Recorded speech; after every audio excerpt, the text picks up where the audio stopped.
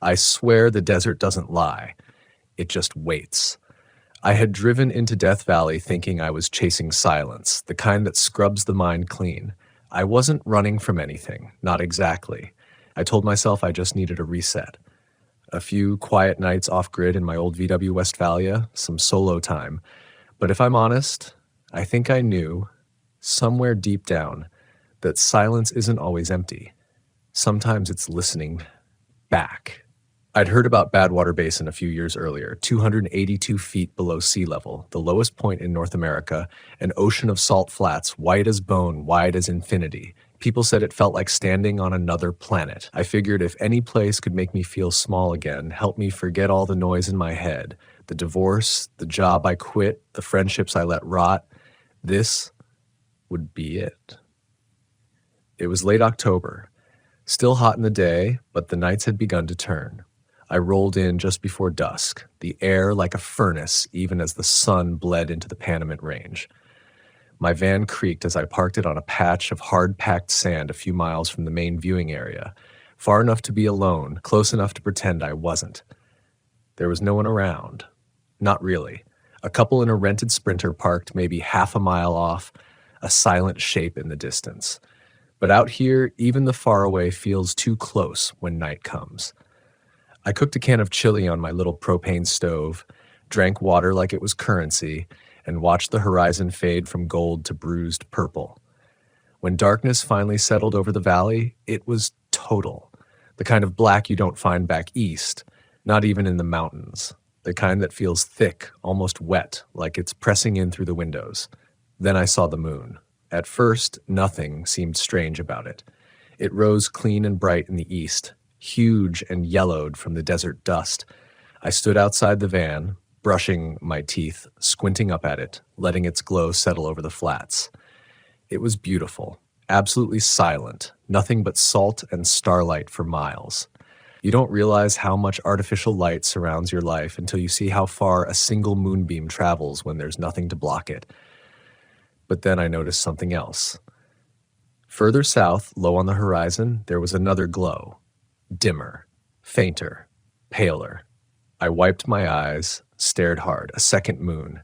Smaller, thinner, almost translucent, like it was hiding behind mist or rising from the earth itself. It hovered just above a narrow, crooked trail that twisted out across the basin, a path I hadn't noticed before. A faint shimmer traced it like silver thread in the dark. I laughed just once, a dry, nervous bark. Told myself it was a reflection, a lens flare, maybe the heat playing tricks, my brain throwing leftover light into places it didn't belong. Still, I couldn't stop looking at it. I went back inside the van, locked the doors like a child hiding under a blanket, and lay there, staring at the ceiling. Every now and then I'd glance through the side window. The real moon still hung high above, and that second, impossible one lingered low near the trail, unmoving, unnatural. I didn't sleep much that night. The wind came up around midnight, soft at first, like a breath on the canvas top of the van. Then it howled, dry and sharp, dragging sand across the windows like claws. The van rocked slightly. Something banged against the rear bumper. Just once. I sat up so fast I smacked my head against the roof. Nothing outside. No prints in the sand the next morning. No sign of what hit the van. I checked undercarriage, the tires, the rear ladder. Everything was fine, but the trail was still there. I stood on the edge of it after breakfast, staring down.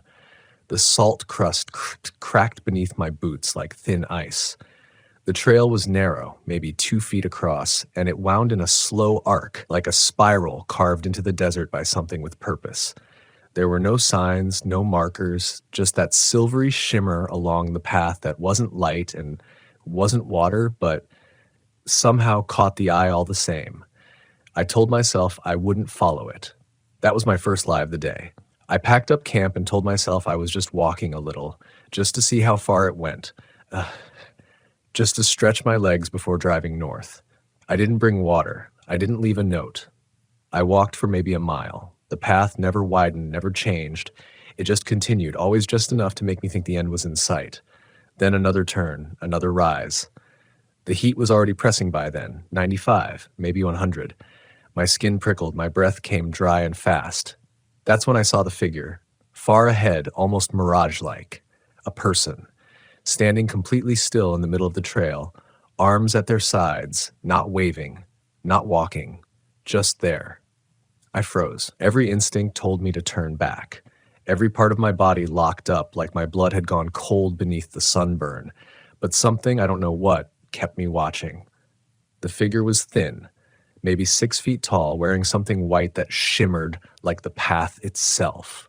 I couldn't see a face, couldn't tell if it was man or woman. It didn't move. It just stood there, slightly tilted, like it hadn't realized it was supposed to be human. Then slowly, it raised an arm, not to wave, not to beckon, but to point. One long, deliberate motion, finger extended down the trail, not at me, past me, behind me. I'd turned so fast I nearly fell. There was nothing there, nothing but heat haze and my own footprints. The trail behind me was empty, but when I looked forward again, the figure was gone. No dust trail, no vanishing silhouette on the horizon, just the wind picking up again, hot and sharp, whistling through the salt ridges. I backed away, step by step.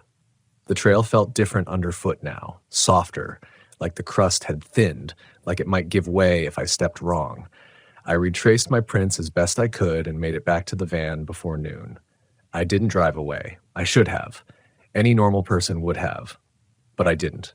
I sat in the van, sweating and shaking and trying to rationalize it all away. Heat stroke, dehydration, light tricks, optical illusions. I kept thinking of that second moon and the way the figure pointed behind me.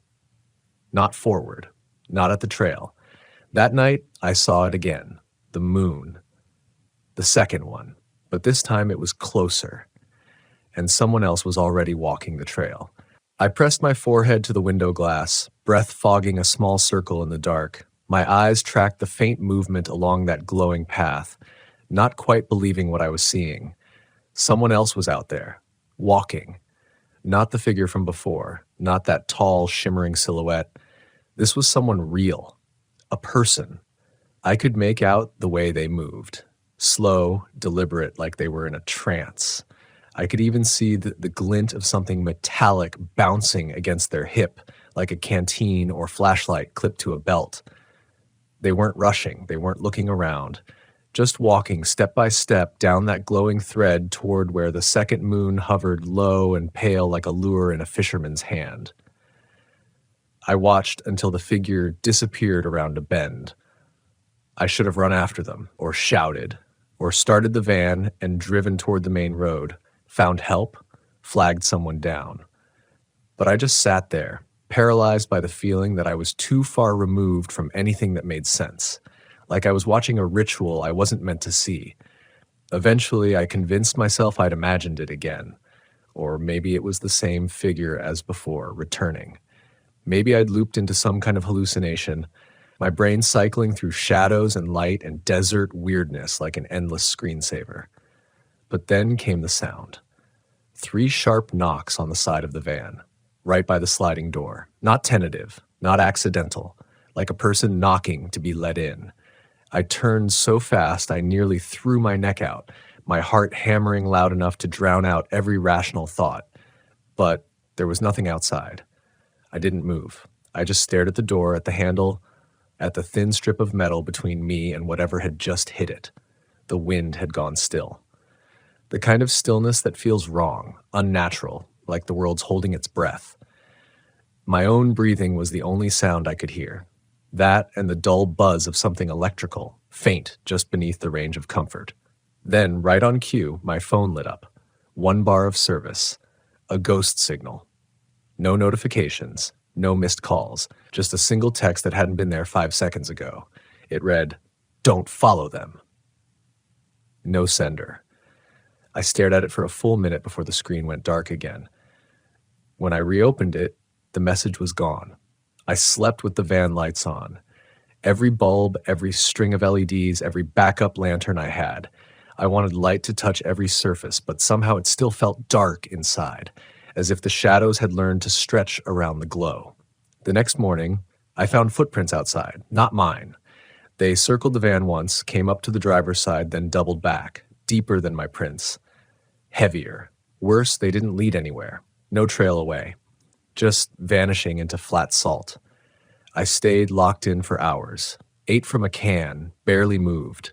My world had shrunk to the thin metal shell of my camper, and even that felt too open. I kept the curtains drawn and peeked through them in short, panicked intervals. The sun was too bright, the salt too white. The whole landscape looked bleached, drained, as if something had pulled the life from it. And then came the voice. That evening, just as the sun dipped behind the Panamint Range, I heard it. It wasn't a shout, not even a whisper, just a single word, spoken like someone trying not to wake a baby. My name. It came from outside, close, a woman's voice, soft and deliberate. Daniel. I hadn't told anyone where I was going, hadn't spoken to anyone in days. My stomach flipped as I crawled toward the door and pressed my ear to the metal. Silence. Then again, closer. Daniel. Drawn out. Not pleading. Not angry. Just matter of fact. Like it was stating something already known. I dropped to the floor of the van and crawled back to the rear, heart kicking in my chest. I fumbled with the keys, hit the ignition, turned the headlights on full blast. Nothing out there but salt and night and wind. But the trail glowed again. Clearer this time. Wider. I watched it shimmer, not like light on water, but like static, like the air was buzzing along its edge. And the moon, that second, pale, impossible moon, had risen higher, brighter. It no longer mirrored the real moon. It had taken its own path, its own place in the sky, and it pointed straight down that trail like an eye that never blinked. I had to know. That's the worst part. I wanted to know. I told myself I'd just drive a little closer, just get a better look. Just make sure that if there really was someone else walking the trail, I could get them help. That I could maybe make sense of all this. I turned the van off-road and followed the hard salt crust in the moonlight. Tires crunched, suspension groaned, and every bump felt like the earth trying to shake me off. Eventually, I stopped at the trail's edge and stepped out. The wind hit me like a breath from an open oven. The silence was total. No birds, no insects, not even the usual hissing static of wind through rock. Then I heard it. Footsteps, not behind me, not beside me, beneath me, coming from under the trail. It sounded like someone walking just beneath the crust, slow, dragging footsteps in the hollow earth. I backed away, legs shaking, and the footsteps stopped. Then they started again, faster this time, coming up. The crust cracked. A thin fracture ran across the trail, splitting it like glass under pressure. A small puff of dust rose. I couldn't move. My body froze in place. My muscles wouldn't obey. And then, nothing. The sound stopped. The trail went still. Except the crack remained, and from it a faint glow leaked, the same strange light as the second moon. A cold, colorless shine like the memory of light without heat. I ran. I didn't stop until I was back inside the van, doors locked, keys shaking in the ignition. But when I looked back out the windshield, the crack in the trail was gone, and someone was standing at the end of it, facing me. They stood at the end of the trail like they'd always been there, arms slack, head tilted, still as the salt around them. Too far for me to see details, just a human shape. No movement, no sound, not even the twitch of fabric in the wind. Like a scarecrow without a post. I blinked, and for a moment it seemed like they were closer. A few feet nearer to the van than they'd been before. But I hadn't seen them move. I turned the headlights on, full beam. They were gone. I stepped outside with my flashlight, aimed it out across the salt flats, swept the beam slowly. Every crack in the earth looked like a snarl. Every shadow like something crouched. The silence had a weight to it, like the air itself didn't want me speaking. I told myself, that's it. We're leaving, first light. But when dawn came, it brought a sickly sky, the kind of morning where the light has no warmth, like it's filtered through ash. The real moon had set hours ago, but that other one still hovered low above the basin, duller now, as if watching me pack. I pulled out my leveling chalks, dumped my gray water, slammed every cabinet too hard. I wanted the van to feel full of noise, solid and loud, like the world still made sense. Then I noticed something in the side mirror. A reflection. Not in the mirror itself, but in the glass just beyond it. The passenger window. Someone was in the seat beside me. For a split second, I saw the outline of a face. Not clear, just there, just enough to register detail. The slope of a nose, a pale cheek, a smile that was wrong. I spun around, heart hammering my ribs, nothing there. But the passenger seat was indented, just slightly, as if someone had just stood up. I left everything. Didn't finish packing. Didn't bother tying things down, just jumped into the driver's seat, started the ignition, and floored it. The van lurched, groaned over the uneven crust, then found traction and sped forward. I didn't stop until I saw pavement again. Didn't stop for gas. Didn't stop for photos. I burned west through Furnace Creek and out of the valley like the whole desert was trying to breathe me back in. By the time I reached higher elevation, the air had cooled. My hands stopped shaking. I told myself it was over, that the heat, the isolation, maybe even a pocket of gas, they could explain what I saw. That people hallucinate in deserts. They hear their names called. They follow false lights. It's all in the stories, all in the science. But deep down, I didn't believe it. And 2 days later, I got the call. Blocked number. I almost didn't answer. The voice on the other end was male, calm, no background noise, no static. He said, "Did you look directly at it?" I froze. "At what?" "The second moon." I said nothing. He continued, "They told you not to follow, but it's too late now." Click. I stared at the phone for minutes after that. It never rang again. No call history, no voicemail. And that night, I saw it again. I saw it again. Not over the basin. In my reflection. I was brushing my teeth in the side mirror of the van, parked off a quiet road somewhere in central Nevada, middle of nowhere. Stars overhead. Real moon rising. But in the mirror, over my shoulder, was a pale orb hovering behind me. Right where the second moon had hung in the desert sky. I turned around. Nothing. Looked back in the mirror. It was gone. But now it comes closer every time I see it. I've started waking up with the taste of salt on my lips. At first, I thought it was dehydration. Maybe the dry air pulling moisture from my mouth. But the taste is too exact. Mineral heavy, like the air just before a thunderstorm over a salt lake. Then came the dreams. Always the same. I'm back on the trail. Not walking, sinking. The ground is soft. The crust cracks around my feet, and something is pulling from below, something just out of sight. I try to scream, but the sound never makes it out. I look up and see the second moon, bigger now, huge, filling the sky. But it's not a moon, it's an eye, and it's not watching, it's searching. Last week I noticed bruises on my arms, thin lines like fingers. I sleep alone. 3 days ago I found salt under my fingernails. I haven't been near the desert in months. 2 nights ago, I woke up in the driver's seat. Engine running, radio hissing static. My last memory had been falling asleep in the back, and now I hear it. Every night, without fail, the whisper. Sometimes it says my name. Other times, it says nothing at all. Just a long, dragging breath, like something learning to mimic what being human sounds like. I stopped telling people about it after Oregon. I'd pulled into a national forest campground outside of Bend, trying to outrun the dreams. Kept telling myself maybe elevation would help. Colder air. Pines instead of salt. Somewhere green. But on the second night, just after midnight, a ranger knocked on my door. At least that's what he said he was. He didn't look right. Uniform was off, the patch on his shoulder looked like it had been stitched by hand, the color faded, like it had been sitting in the sun for decades. His skin looked dry, cracked around the lips and eyelids like he'd been walking for days without water. And he didn't blink. Not once. "Everything all right tonight?" he asked. His voice had this wrong rhythm, like he was reading from a script but didn't understand the punctuation. I nodded, slowly. "Yeah. Just me out here." He smiled, too wide. Then he said, "Sometimes people wander off the path." And for a second, I thought I saw a shimmer behind him, like the trail. I didn't respond, just nodded, trying to stay polite, trying not to let the fear show in my throat.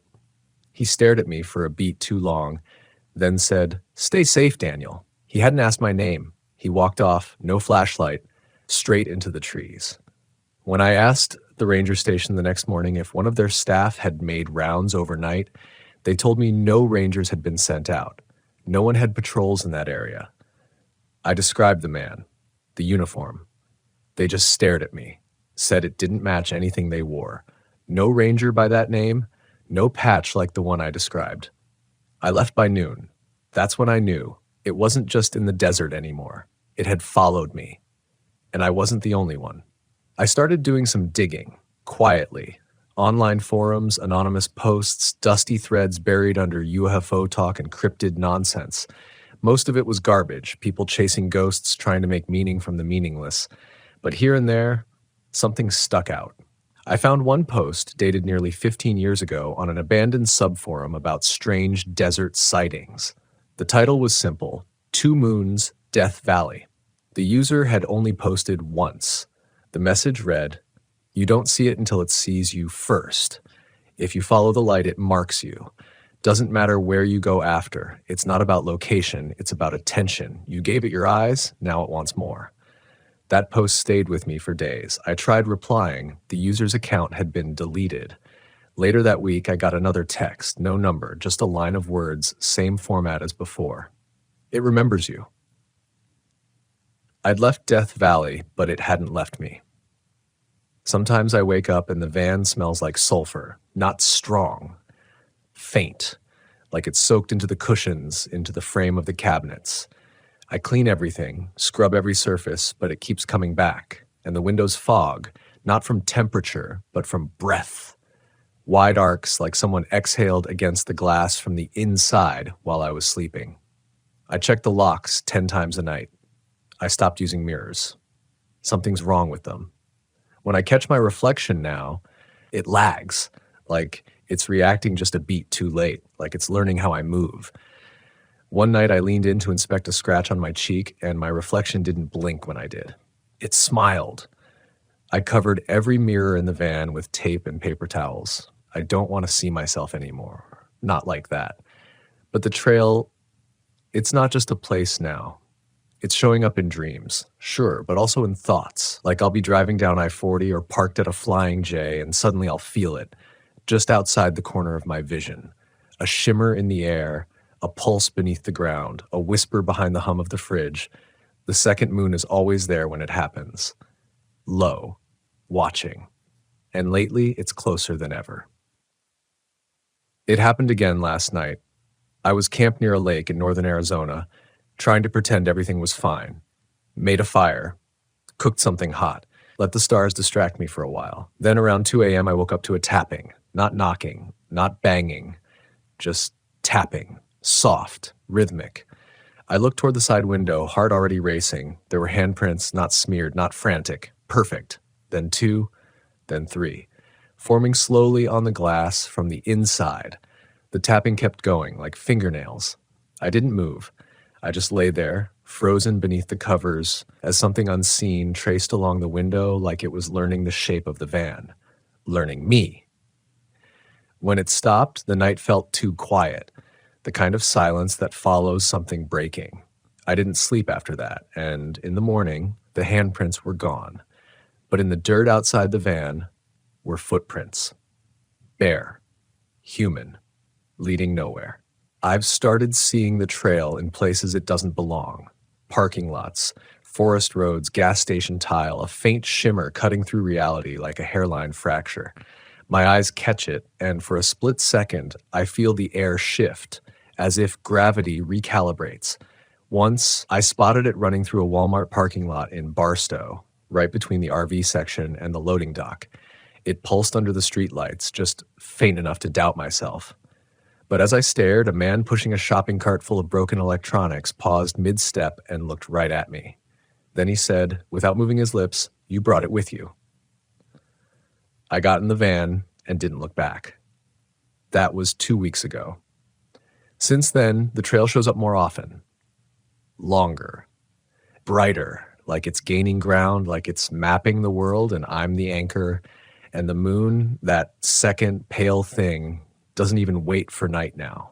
Sometimes I see it in the reflection off water, sometimes in my sunglasses. It always hovers low as if it's unsure it belongs in the sky. I think it's looking for something. Or someone. Maybe me. But maybe not. Maybe it's using me to find someone else. I picked up a hitchhiker yesterday. I don't know why I did it. I never pick up strangers, especially not since the trail started showing up. But she was standing on the side of the road in the Mojave, not thumbing, not waving, just standing, staring at me like she knew I was coming. She looked off. Not dirty, not desperate, just off. Like someone had described a woman to an artist who didn't fully understand what a woman looked like, and they got close but missed some essential detail. Her eyes were too wide, her hair too still in the breeze. She wore a backpack that looked brand new but was stained in places I couldn't quite recognize. Still, I pulled over, told myself it was muscle memory, or maybe I hoped someone else had seen what I'd seen.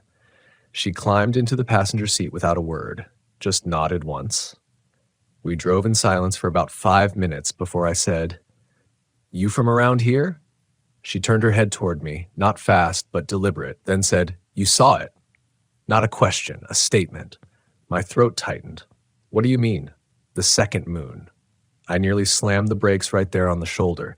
Instead, I whispered, "How do you know about that?" She looked forward again. "It watches those who look back." I drove in silence for the next 30 miles. When we reached a crossroad, one I didn't remember passing on the map, she said, "Let me off here." I stopped. She got out, but before closing the door, she leaned in and said, "When it calls again, don't follow the trail. That's not where it's really coming from." Then she walked into the desert. No car, no town nearby, no supplies. Just turned and walked into the dust like she'd been waiting her whole life for that moment. I never saw her silhouette grow smaller. She just disappeared between blinks.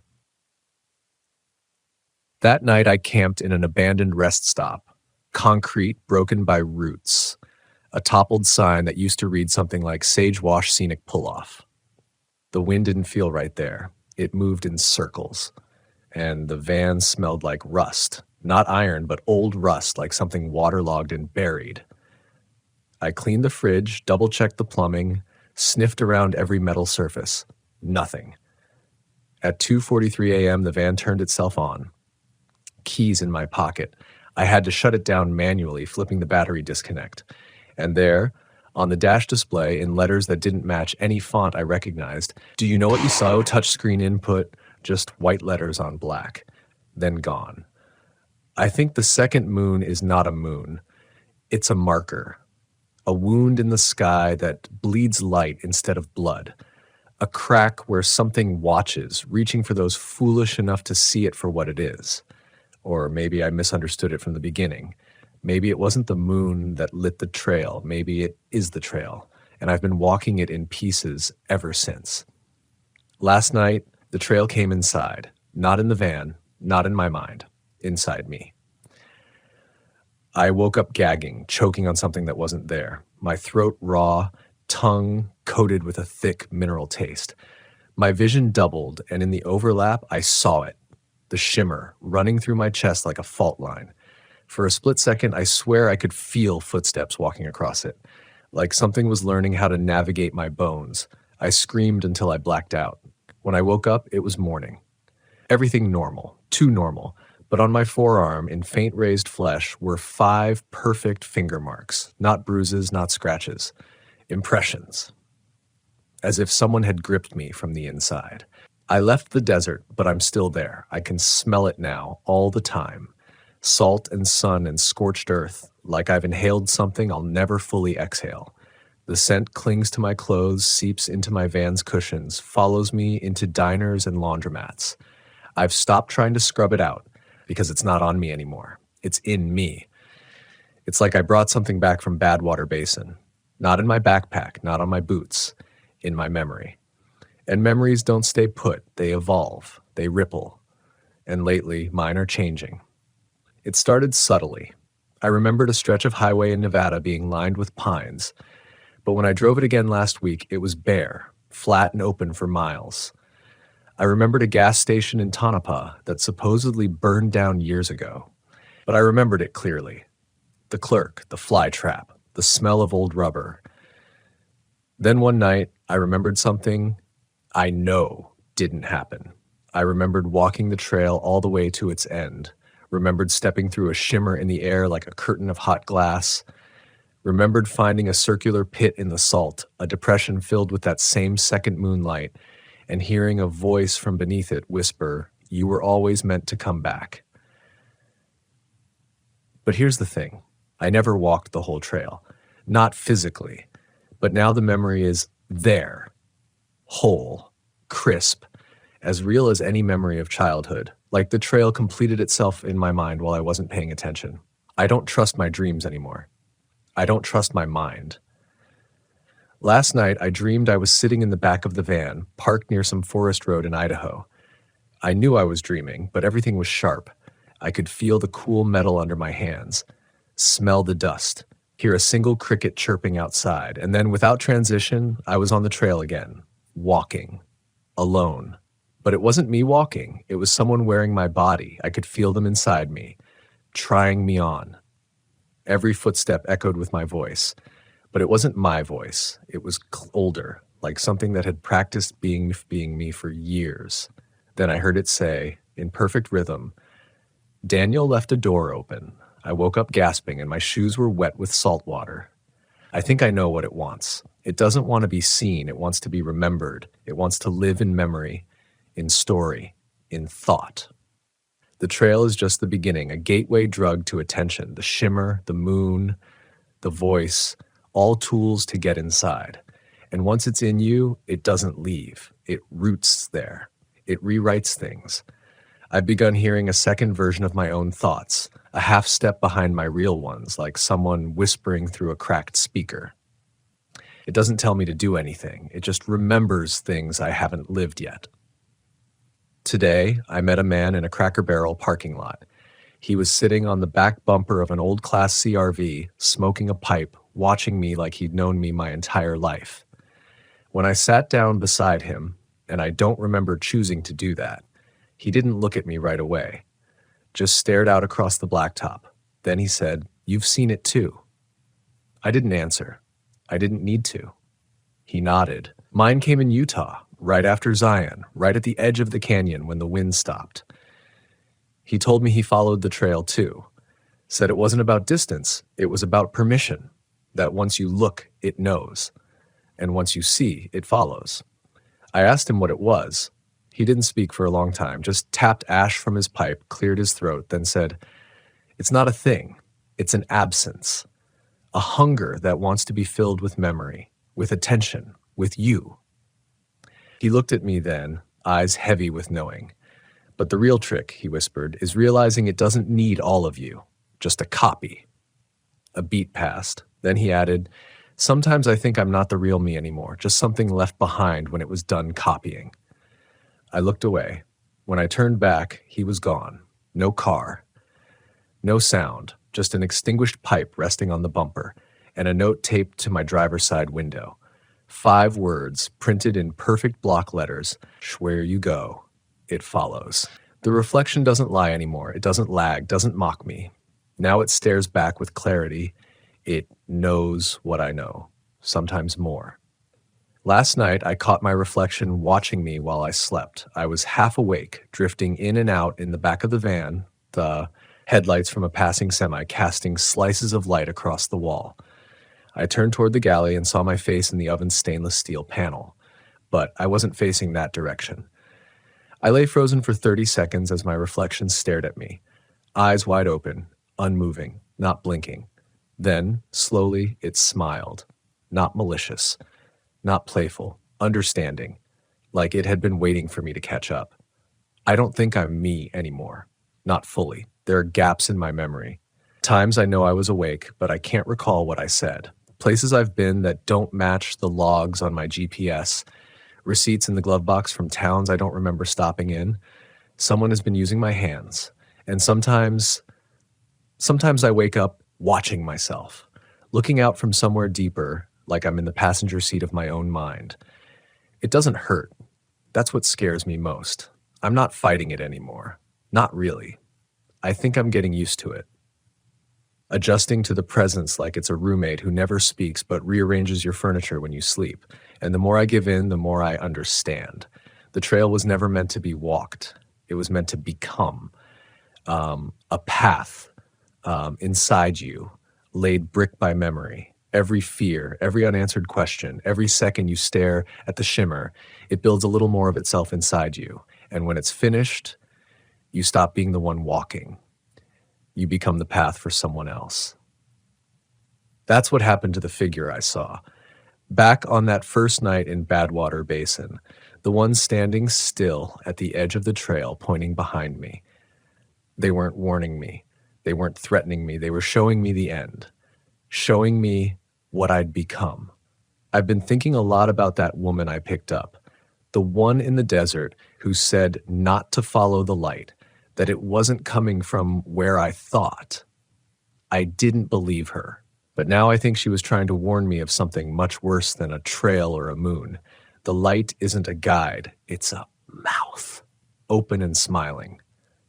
I tried to make a phone call yesterday, just one, to my sister. I hadn't spoken to her in months, not since I left the coast. I wanted to hear something real, a voice that hadn't been filtered through the shimmer. She answered on the first ring. Hello? I opened my mouth to speak, but what came out wasn't my voice. It was calm. Too calm, a register lower than I remembered ever speaking. It said, Daniel's not available right now. Then it hung up. I tried redialing. No signal. The van's screen lit up again. We spoke for you. Every place I stop now, I feel it watching through other people. Cashiers, campers, strangers at gas stations. Sometimes they freeze for a second too long when they hand me change. Their pupils dilate, their breath catches, and for a heartbeat, they're not looking at me. They're looking through me. One old man at a coffee shop in Utah dropped his cup when he saw me and muttered, "The hollow one walks." I didn't ask what he meant. I already knew. I think the second moon isn't orbiting the Earth. I think it's orbiting me. Or maybe it's not orbiting anything. Maybe it's fixed, like an anchor point in time, and I'm the one being dragged around it in slow spirals over and over, tracing the same loop of memory and fear. I keep seeing flashes of the basin, not when I sleep, when I blink. Just short bursts, salt flats, that impossibly straight path. The circle at the center, filled with moonlight that isn't light at all, more like understanding. Like when your body knows something your brain hasn't accepted yet. I think that's where I'm supposed to go. Not physically. Fully.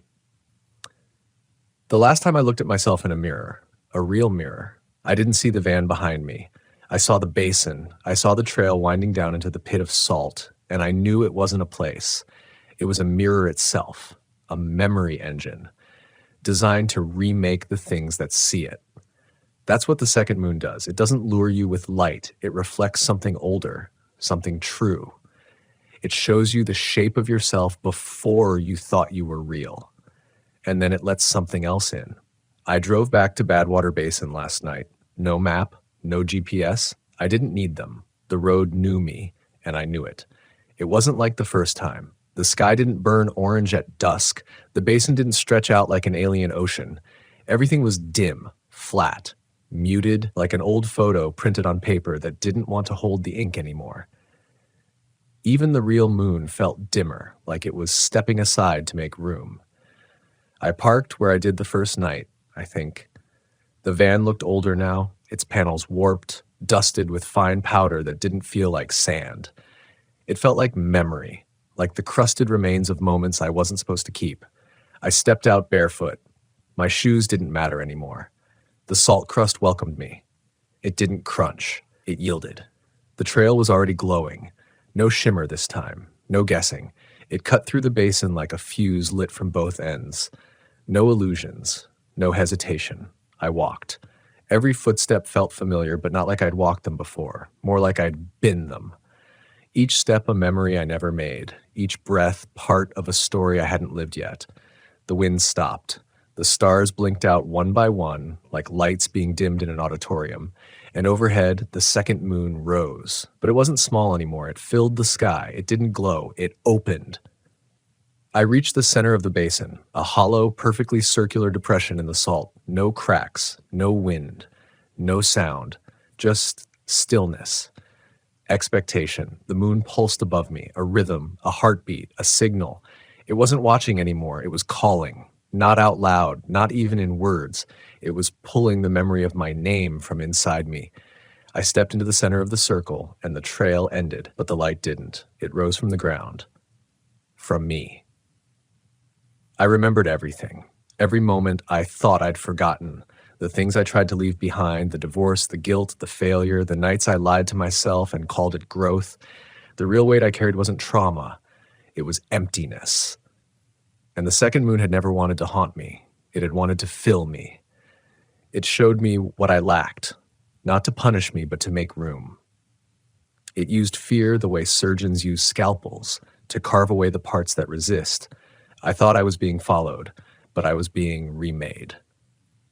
I don't think I'm here anymore. Not in the way I was. I still move, I still breathe, I still drive, but I'm not steering. I've become the path, a shimmer, a trail in other people's minds, a dream that tastes like salt and ends with your name whispered in the dark. I am the memory the moon left behind.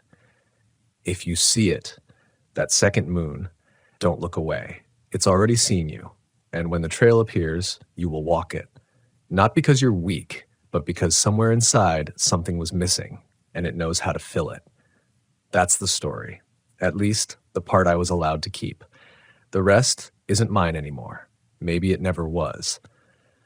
So if you're parked out there one night, windows cracked, air too still, and you see a second moon rising just above the horizon, don't follow the trail, unless you're ready to stop being you. Because once it knows your name, you are never alone again. You are watched, you are remembered, you are replaced. And the second moon, it isn't coming. It's already here.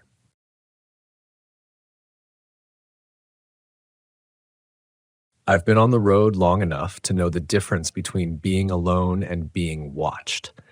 There's a stillness in the trees that only speaks to you when you're far enough away from the world. I used to think that kind of silence was peace, but that was before Glacier, before I started waking up parked somewhere else. My name's Luke, I'm 38, and for the last 2 years, my 1986 VW Vanagon's been my home. I left my desk job in Flagstaff to chase something quieter, something that felt real. Backcountry pullouts, forgotten Forest Service roads, and campgrounds barely marked on the map, those were the places I learned to sleep deeply. But that week in Montana, something changed. It wasn't peace I found. It was something else. It was early October when I rolled into Glacier National Park. Off-season, quiet, crisp air, no crowds. I pulled into a primitive campground near Logging Creek, about as remote as I could legally park without crossing into backcountry. I had this fantasy in my head of riding, hiking, maybe drinking a beer by the fire with nothing but the cold for company. But that first night, I never got to the fire. I remember falling asleep in the Vanagon around 10:30 p.m. The stars outside were so sharp they looked like broken glass in the sky. The forest was a wall of shadows, but I was used to that. I locked the doors, slid the curtains closed, and tucked myself into the sleeping bag with the kind of confidence that only comes from 100 uneventful nights on the road. When I opened my eyes the next morning, I knew something was wrong. I wasn't in the same place. The Vanagon was parked beneath a different tree canopy, denser. The sun struggled to reach through the branches, casting fractured beams of light across the windshield. My first thought was simple, stupid. Did I drive somewhere last night?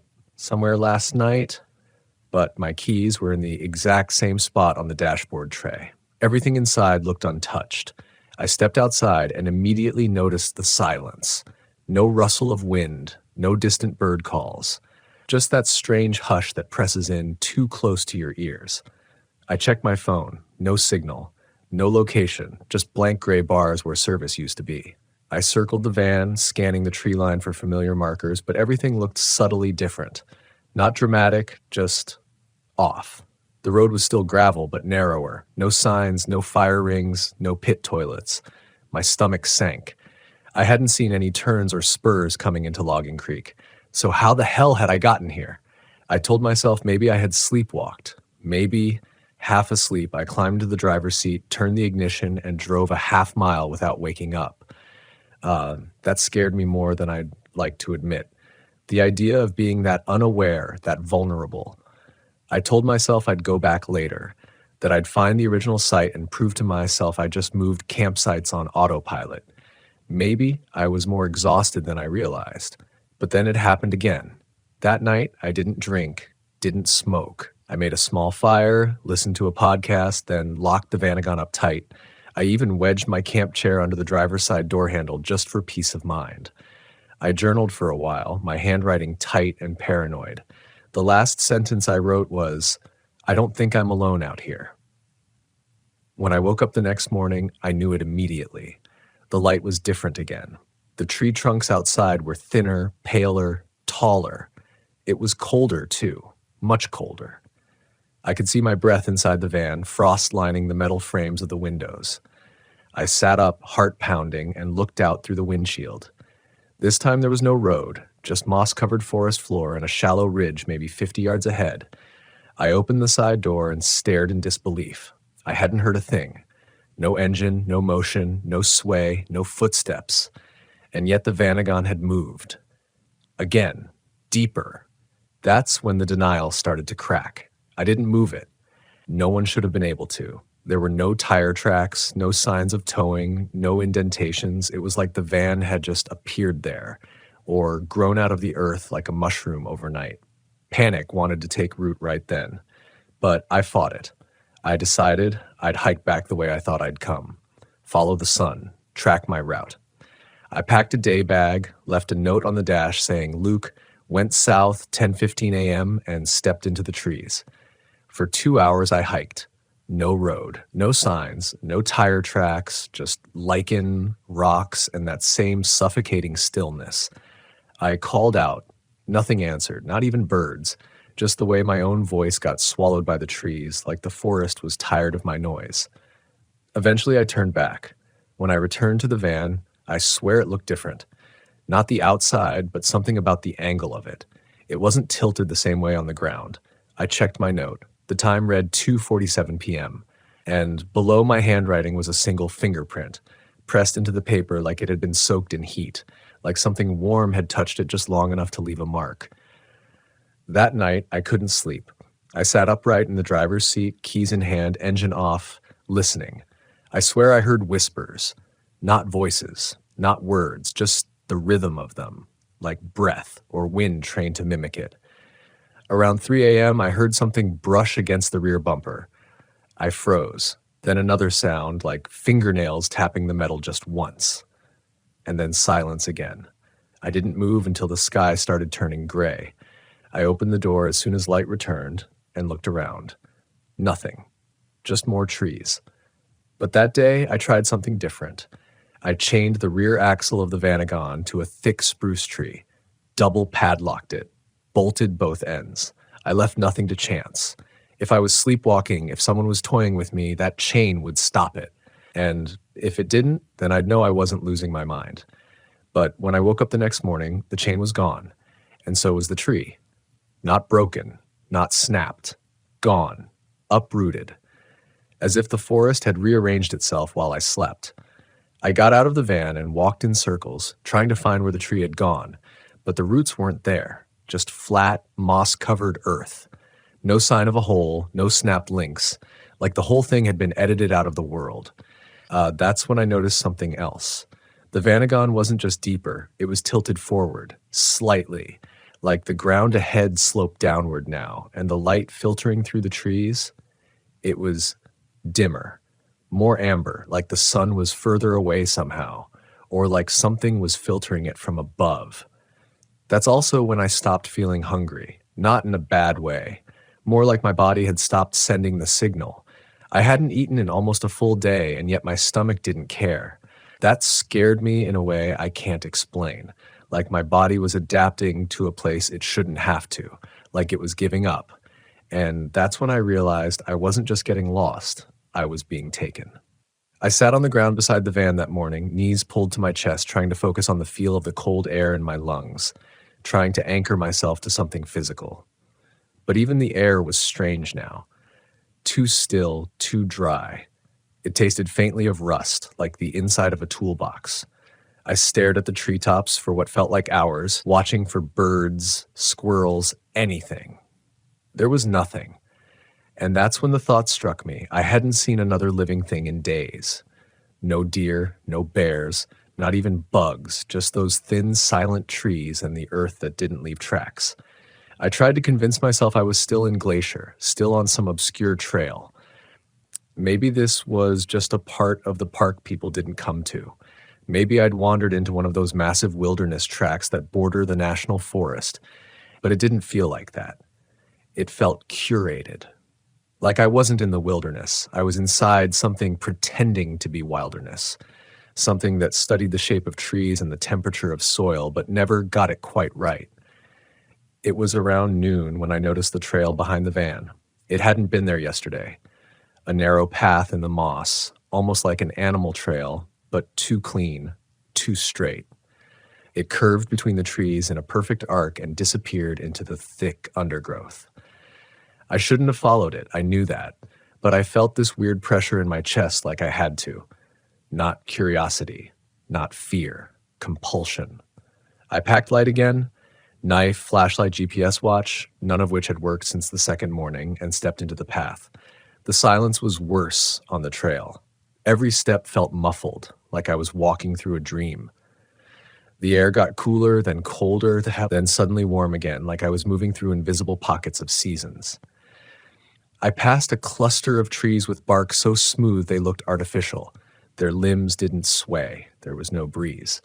And then I saw the rock. It was large, too large for the area, covered in moss like the others, but with a smooth, flat surface at the top, and something that made my skin crawl, a perfect circle carved into the center, not a natural indentation. A perfect, shallow disc maybe 2 feet wide, polished smooth like it had been worn down by centuries of pressure. There were faint scratches radiating outward from it, like something had spun there, like something had once rested there. I backed away. The path behind me had changed. I mean, physically changed. It was narrower, darker, and when I turned to look the way I'd come, I realized I couldn't see more than 5 feet back. Trees had shifted closer together, branches overlapping like fingers locking. The sky above was darker, the light more amber, almost bruised looking. That's when I heard it, my own voice, but it wasn't coming from my throat. It echoed from deeper along the trail, distant, muted. Like someone else was speaking in my cadence, copying the rhythm of my thoughts, but saying them in reverse. I froze. Every hair on my body stood up. My brain screamed to run, but my feet moved forward instead. 5 steps, 10. The voice stopped. In its place, breathing. Shallow, strained, like someone inhaling through a closed throat. I held my breath, spinning in slow circles, knife drawn, but there was no one there, just that terrible sense that the forest was holding its breath too, watching me, deciding something, and then movement, not ahead, not behind, below. The ground trembled. Just a little, enough for a dry leaf to shiver on the surface, and I swear I heard something shift beneath the moss, like pressure or weight or emergence.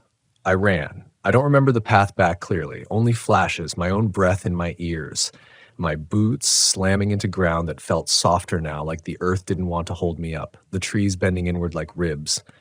And then suddenly, the van gone, exactly where I'd left it. But now it was night. I looked at my watch. 2:13 a.m. My mind refused to compute it. I'd left at noon, hiked maybe an hour, 2 at most. Now it was dark, cold. The windshield of the van was fogged from the inside as if someone had been breathing in there. I opened the door slowly, empty. Everything was just as I left it, except for one thing. There was something on the passenger seat, a pine cone, larger than any I'd seen before. Glossy, perfectly symmetrical, but when I picked it up, it crumbled to dust in my hand. And inside that dust, something sharp, a sliver of metal, bent like a tuning fork. I stared at it for a long time. That night I didn't try to sleep. I drove, or tried to. I turned the key and the Vanagon started just fine. But the headlights didn't hit trees. They hit fog, endless swirling fog. No shadows, no markers, just gray. Still, I pressed forward. I figured if I could just keep the wheel straight, I'd eventually hit a road, a ranger station, a sign, anything. But after 10 minutes, the road beneath me turned to gravel, then to dirt, then to soft moss, then to nothing. The wheels spun. No traction. I slammed on the brakes and opened the door. The van was half sunk in a depression. Not a pit, not a hole, more like the land had slouched beneath it, like it had been waiting to swallow the vehicle whole. I tried to reverse. The wheels dug deeper. And then I saw it. Far off in the fog, a figure. Not walking, floating. No legs, no arms I could make out. Just a vague, upright shape gliding between the trees. The fog curled around it, not touching, like it rejected contact. I killed the engine. I didn't even breathe. It stopped, turned, faceless, but aware of me. Then it raised its hand, an impossible length of arm, jointless and smooth, and pointed at the van. I slammed the door shut, but the figure was gone. That was the first night I started to forget. The next morning, I woke up with dirt under my fingernails and no memory of how I'd fallen asleep. The van was clean, no sign of sinking, no fog, just forest again. But the trees were different once more, shorter now, bent in strange arcs, like they were being pulled towards something underground. The sun didn't rise that morning. It just appeared, like someone had flipped a switch and the forest accepted light all at once. That was the day I decided I couldn't stay another night. No matter how deep I was, no matter how long I had to walk. I packed water, snacks, wrapped the tuning fork metal in cloth and stuffed it in my back pocket, and I walked, straight west, the way the sun should go. I walked until my legs gave out, but the van was always behind me. No matter where I turned, I'd crest a ridge and there it would be, parked perfectly, door cracked open like it was waiting. That night, I gave in. I sat inside the van, lights off, engine dead, holding the sliver of metal like a crucifix, and I whispered to no one, "What do you want from me?" The trees answered. They creaked in unison, not from wind. There was no wind. They creaked like breath, like speech, like something too large to be seen was settling its weight across the forest floor, waiting for me to stop asking questions and start listening. I didn't sleep that night. Not really. I closed my eyes for a while, but my mind wouldn't let go of that creaking sound, that rhythmic groan of bark and root. The forest wasn't just a backdrop anymore. It was the thing watching me. The Vanagon wasn't a lifeline. It was a lure. A place to keep me docile, like bait laid in a trap already halfway closed.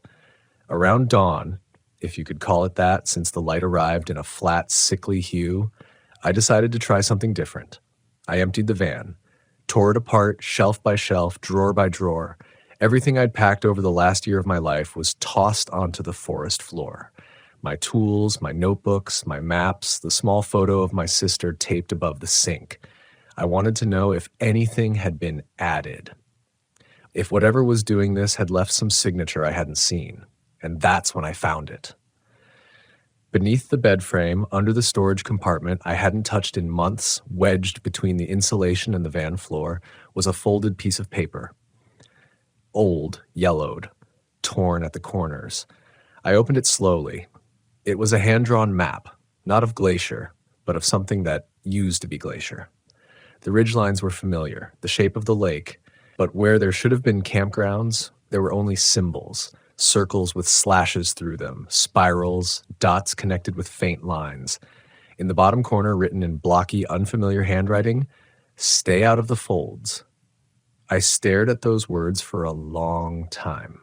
They made no sense, and yet they made perfect sense, because that's what it felt like I had slipped between two pages of reality, like I'd fallen into a fold the world wasn't supposed to see. The Vanagon was no longer moving forward in any physical sense. It was sliding sideways, through layers, into a place shaped like wilderness, but hollowed out. A copy of a copy, stitched together by something that didn't know the right order of things. I burned the map.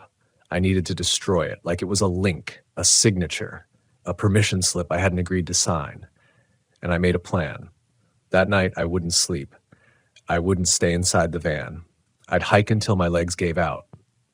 I wouldn't stop, not for hunger, not for thirst. I'd move until I broke whatever loop this was, until I got beyond the range of whatever thing had been moving me like a chess piece each night. I packed light, and when the light dimmed again, not set, dimmed like a lamp losing power, I began walking. I don't know how long I hiked. Hours. Maybe days. The forest refused to let me count. Time slipped. It twisted. I'd look at my watch and it would read 10:13. I'd walk a few more steps. Still 10:13, and then suddenly 3:48. But I kept going. I stopped looking at the time. I stopped calling out. I moved like a ghost through the trees, not reacting, not thinking, just forward. And then I heard it. A hum, low, subsonic, like the sound a refrigerator makes when it cycles on, but deeper, denser. It vibrated in my ribs. It was coming from up ahead, and there it was, not a cabin, not a road, a hole, perfectly circular, cut into the ground like a tunnel with no origin, black as pitch, the edges lined with bark like it had grown from the earth. I felt it before I saw it, the invitation, like the whole forest was gently pushing me toward it, urging me forward with the soft breath of trees. Go on, slide in, return. But I didn't. I did something I hadn't done in days. I screamed, not words, just a sound, raw and furious, a scream that shook something loose inside me. And in that moment, I swear the forest flinched, the trees wavered, the hum stuttered, and then the light changed. For the first time in what felt like forever, I saw true sunlight filter through the canopy. Not amber, not bruised, real golden light. And behind me, I heard something snap. I turned. The Vanagon, parked at the edge of the clearing, where it always was. But this time, the door was wide open, and there in the passenger seat was the pine cone again. Whole, unbroken, sitting on a fresh printed map. This one wasn't hand-drawn. It was a standard-issue national park map, the kind they hand out at the entrance stations. Only this one was marked with pen, one circle, one word, out. I didn't understand it. I didn't trust it, but I climbed in. The engine turned over, the headlights flicked on, and the fog parted. I drove. 30 minutes, then an hour. Then gravel, asphalt, a junction sign. Pole bridge, 11 miles. I pulled over and threw up in the ditch. Not from sickness, from shock, from sheer unfiltered relief. The Vanagon was parked, still. For the first time in days, it wasn't somewhere else. It was right there. And I didn't move. I sat for hours, watching the road, watching the light shift like it was supposed to, listening to birds, to wind. Real wind. Eventually, a ranger found me. He knocked on the window, asked if I was all right. I told him I got turned around up near Logging Creek, and he frowned. Saw your plates back there days ago, he said. Figured you bailed on it. I didn't answer. He offered to escort me out of the park. I declined. I just needed to sit, to breathe, to let the realness of the world settle back into my bones. But I never stayed in Glacier again. I never even drove through Montana after that. Something about that stretch of land, those trees, that air, feels like it remembers me, like it marked me. I've seen strange things before. Lights in the desert, voices in the Appalachian dark, but nothing ever moved me. Nothing ever rewrote where I was while I slept. Now I park only in open places. I sleep with the keys under my chest, the doors wide open, the stars in full view, and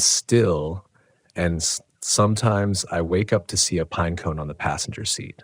Whole. Perfect. Waiting.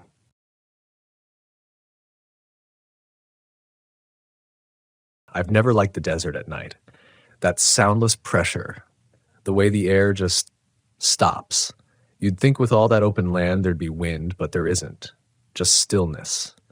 Heat that lingers in the sand like a buried memory, and silence that isn't really silence, not if you're paying attention. Sometimes it rings, sometimes it hums. We pulled the RV into a designated site just outside Carlsbad Caverns, a flat little plot with a sun-bleached picnic table and a fire ring already half full of ash. Public land, no hookups, no neighbors, nothing but emptiness wrapped around us in every direction. A few scrubby mesquite trees tried their best to offer shade, but the late afternoon sun was relentless. I remember thinking it looked like a place designed to make you disappear, quietly, neatly, with no fuss. It was me, Danny, and our friend Eric. Just a weekend trip. Something cheap, something different. We'd talked about hitting the caves for years, and now that we all finally had time, We figured why not make it weird and stay off grid for a change. No cell signal, no lights on the horizon, no escape hatch. That part was unspoken. Danny was the planner. Always had a map, always a schedule. She read up on the cave systems, knew which tours were closed, which were open, which trails had flash flood risks, even though the sky hadn't hinted at rain in weeks. She even brought 2 sets of lantern batteries, just in case. That was Danny, prepared. Eric was the opposite, floaty. He liked the idea of things more than the things themselves. I think he liked saying he'd gone to Carlsbad more than he cared about the caverns, but he was funny, smart in that sharp, spontaneous way that made you think he was either a genius or hadn't slept in 2 days. He brought his guitar, didn't even pack a tent, just said he'd crash in the back of the van if he had to. Me? I drove. I didn't say much. We pulled in just before sunset, a late July sky stretching itself open in reds and dry golds. The heat was finally starting to ease off, and for a moment I thought it might be peaceful. The RV creaked and settled as we turned off the engine, the land swallowing sound again as soon as the key clicked. No birds. No bugs. Not even a breeze. I stepped outside and the dirt crunched like gravel underfoot. The air felt too thick, like it didn't want to be breathed. "You feel that?" I asked. Danny was unloading the cooler. "What?" I shrugged. "Nothing. Just quiet." She paused, then looked up. "Yeah, it's nice." But it wasn't nice. It felt muffled, like the world was listening. We set up camp with the last of the light, cooked some canned soup over a small flame. Eric played 3 songs on the guitar, then stopped mid-chorus during the 4th, staring into the distance with this blank look on his face. "You okay?" I asked. He didn't answer right away. "Yeah," he said eventually, then frowned. "Just thought I heard something, like singing." We all paused. Nothing but the low crackle of the fire and the faint hiss of the lantern. Danny tilted her head. "Wind through the rocks, probably." "There's no wind," I said. She gave me a look. "It's a desert. It doesn't mean it's haunted." Nobody said anything for a while after that. We slept in the RV. Well, Danny and I did. Eric decided to stay outside in a sleeping bag under the stars. He said he liked the spiritual vulnerability of it.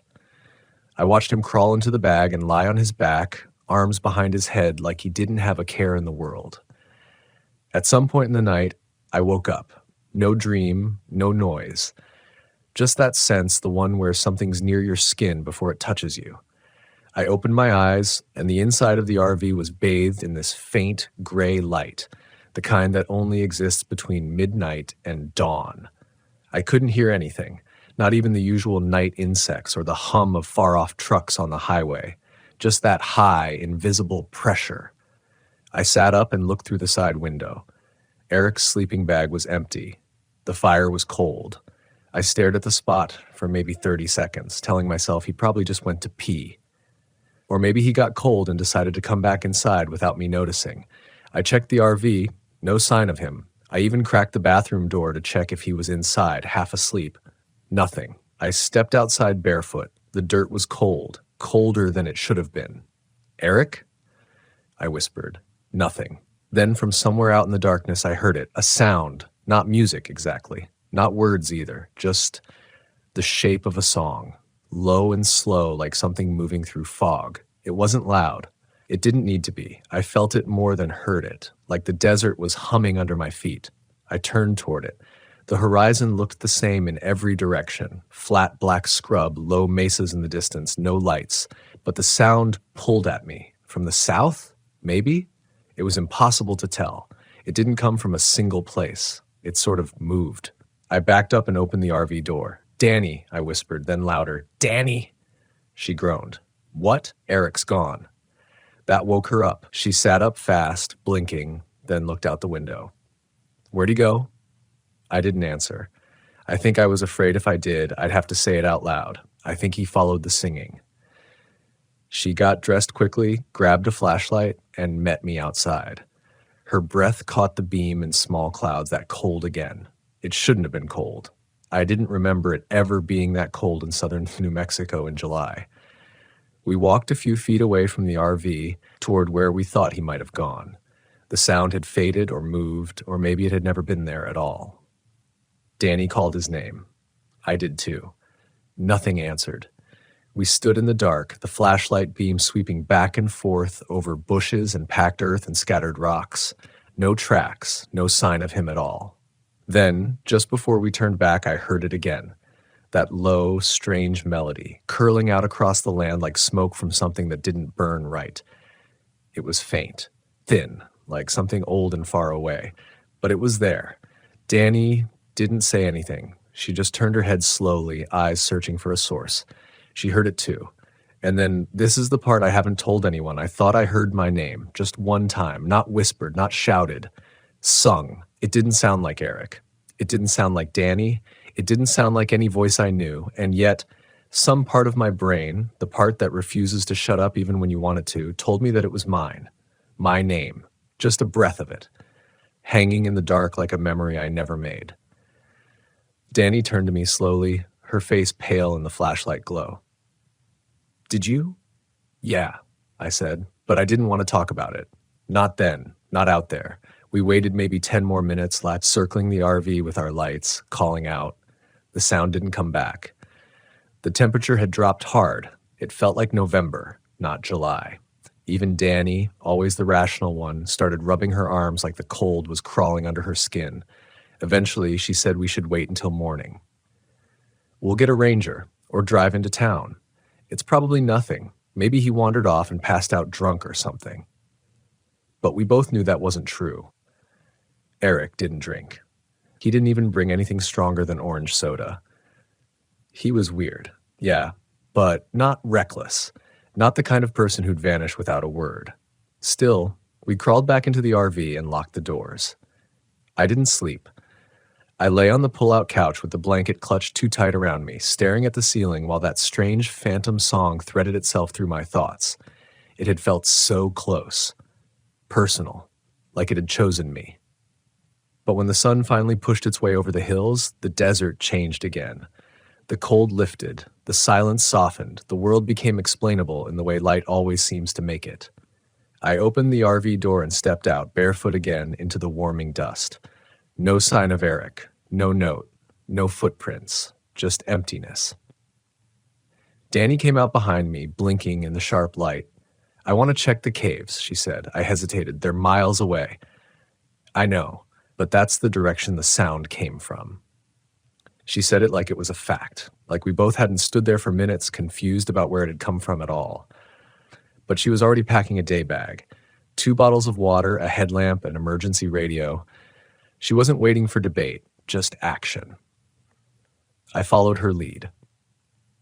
What else could I do? We drove the RV north until we reached the park entrance. It was almost 9 a.m. by then, and the lot had a few other visitors, mostly retirees and young couples taking Instagram selfies with the barren landscape. Normal people. People who didn't know something had vanished in the dirt just a few miles from here. The ranger station looked calm. Too calm. We told the woman at the desk, short, white hair, tough skin like she'd lived in the sun her whole life, that we'd lost a friend, that he'd wandered off sometime around midnight near our campsite south of the caverns. She nodded slowly. Too slowly. Do you think he came up here? She asked. I don't know, I said. We heard something. What kind of something? Now Danny hesitated. She didn't want to sound crazy. Neither of us did.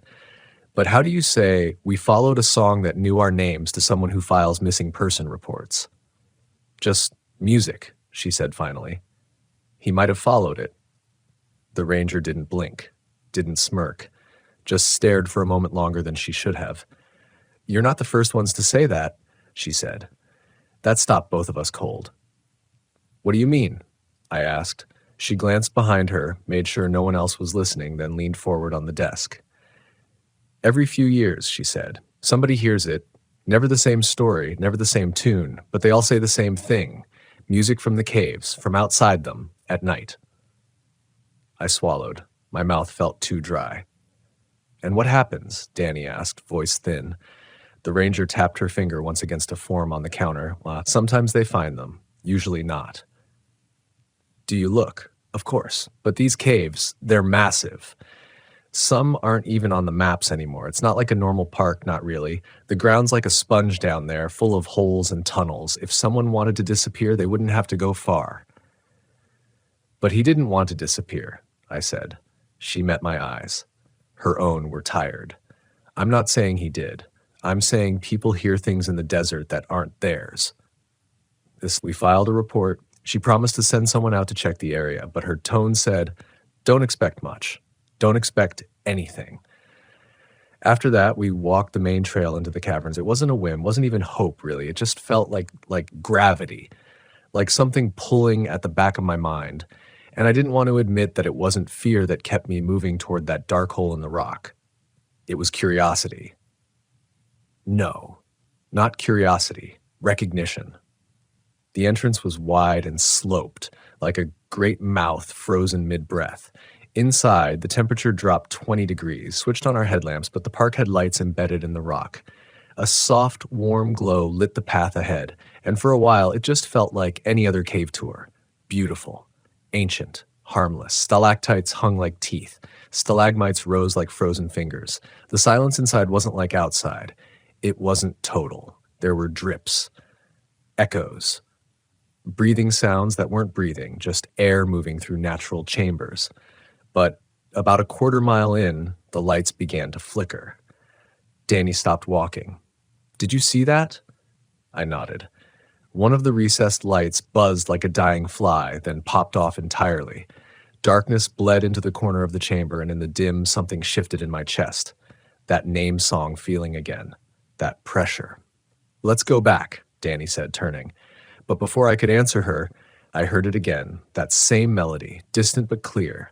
No words, just the shape of them. And this time I wasn't sure if it was coming from ahead or behind us. We stood still, not talking, just listening. The air in the cavern suddenly felt dense, like walking underwater. My breath came slower, heavier. Every little sound, the drip of mineral water, the creak of my backpack strap, felt amplified 100 times. But that melody, that song, it stayed faint, constant, like a thread stretched just tight enough to follow, if you were stupid enough to trust it. I turned in a slow circle. My headlamp caught nothing unusual, just walls of layered limestone, scarred by centuries of mineral deposits. But that sound, it wasn't echoing off the walls like it should have. It was too smooth, too clean, no reverberation. Like it wasn't in the cave at all, but somewhere deeper. Danny looked at me, her face tight. "It's not a recording," she said. That's when I knew she was afraid. Danny didn't jump to supernatural conclusions. She was the first to roll her eyes at every spooky campsite story. But now she was gripping her flashlight like a weapon, and her voice was dry. "What if he's still in here?" I asked quietly. "We can't just wander in deeper. You heard the ranger. This place goes on for miles." I nodded, but my feet didn't move. That song was still there. No louder, no closer, but somehow more personal now. The tune bent in on itself, half melody, half memory. It reminded me of something from childhood, like a lullaby or a music box, something my mother used to play maybe long before I even knew how to describe fear. But this wasn't comfort. This was imitation. Danny tugged my sleeve. "We need to turn around." "I know," I said, but I didn't. I don't remember deciding to keep going. I just started walking. The path sloped down, winding through a narrowing corridor that the tour map said led to the king's palace. I knew that part was open to visitors. I told myself if we stuck to the lit areas, we'd be fine. Just a short look. Just a few more steps. Danny hesitated, then followed. Neither of us said anything else. The deeper we went, the more the air changed. It wasn't just colder. It was damp now. Close. My skin started to feel slick with moisture, and the walls sparkled faintly where the lights caught the damp mineral sheen. Every once in a while, the lights would buzz and dim as if something was draining them. I kept hearing it. The singing, not words still, just tones, like vocal cords moving without language. But then, something changed. For the first time, I heard another voice layered underneath. Higher, sharper, like someone trying to match the melody but not quite getting it right. A discordant harmony. Danny must have heard it too. She stopped walking, staring at the floor. "I don't like this," she said. "This doesn't feel like a place anymore." What do you mean? She shook her head as if trying to explain something that only made sense inside her. It's like the space is wrong, like it stretches when you're not looking. She pointed her flashlight back the way we came, but the tunnel behind us looked different, narrower, and I couldn't see the glow of the entrance anymore. Just darkness, broken only by our lights. We didn't walk that far, I whispered. No, she said. We didn't. Her voice broke slightly on the last word. The air felt heavier again. There was a faint static in it now. Not a sound exactly, a feeling, like standing near a power station. My ears were starting to ring, high and tight, and no amount of swallowing would fix it. We should mark where we are, I said. Danny, always practical, nodded and reached into her pack. She pulled out a stick of chalk and drew a crude X on the rock wall at shoulder height. But as soon as she did, a sound echoed through the tunnel. Footsteps, not far, not close, just enough to make my stomach knot. Eric, I called, instantly regretting it. The footsteps stopped. Then nothing. No answer. We stood frozen for almost a minute. Danny whispered, "Let's go back now." But I wasn't sure which way was back anymore. My brain kept flipping the directions like something was subtly shifting the walls when we blinked. The chalk mark was still there, but it looked off, higher than where she'd drawn it, tilted slightly like the wall had moved underneath it. Something dripped nearby. Not water, heavier, thicker. I turned toward the sound and swept my headlamp across the cave floor. It landed on something dark, a patch maybe 10 feet away. I stepped forward and crouched. It was a shoe, a worn, dirt-covered sneaker, Eric's. I picked it up, fingers trembling. The laces were tied, no blood, no obvious damage, just placed there, like someone had set it down as an offering. Behind me, Danny gasped. I turned quickly. Her flashlight had caught something on the wall. Not a formation, not a shadow. It looked like handprints, dozens of them, pressed into the stone, some big, some impossibly small, all stained a faint reddish brown like rust or dried clay. They trailed upward into the ceiling. Neither of us spoke. The singing stopped, just gone, cut off mid-note, and that somehow was worse than hearing it. Like whatever had been humming to us had realized it was being watched. Danny backed away first. "We have to go." I nodded. We turned, slowly retracing our steps, but the path was tighter now, the ceiling lower. I knew the cave hadn't looked like this on the way in. I could feel it reshaping itself, not physically, no tremors, no movement, but perceptually. It was turning in on itself like a dream, drawing us in deeper no matter which way we walked. I didn't realize I was crying until I felt the tears hit my shirt. The silence around us pressed tighter and tighter until even our footsteps felt like violations. The only sounds were the occasional drip and our breath, mine too fast, hers clipped short. Then the hum returned, but it wasn't the same. It was louder now, and closer. And it wasn't one voice. It was many. They didn't sound human. That's what made it unbearable. Dozens of overlapping voices, rising and falling like wind through broken glass, not in unison, not in harmony, just together, piling over each other in strange looping melodies that never resolved. Each note hovered too long or ended too early. It was wrong in a way that made your teeth ache. We ran. I don't remember choosing to. 1 second I was frozen, ears straining toward the noise, and the next I was sprinting down the narrowing path, the beam of my headlamp bouncing wildly across the slick limestone. Danny was just behind me, breathing sharp, panicked, her backpack hitting her side with every step. The tunnel twisted, not like a hallway, but like a thought you couldn't quite finish. Angles bent the wrong way. The floor sloped in dips that didn't match the elevation map I'd seen earlier that morning. Behind us, the singing continued. Always behind us, never closer, never farther, just there. Danny shouted my name once, but the echo warped it, repeated it, twisted it so that by the time it hit my ears, it sounded like 3 different people saying it at once, one scared, one angry, and one that didn't sound like her at all. We hit a fork in the path. I stopped, too fast, almost slipping on the damp stone.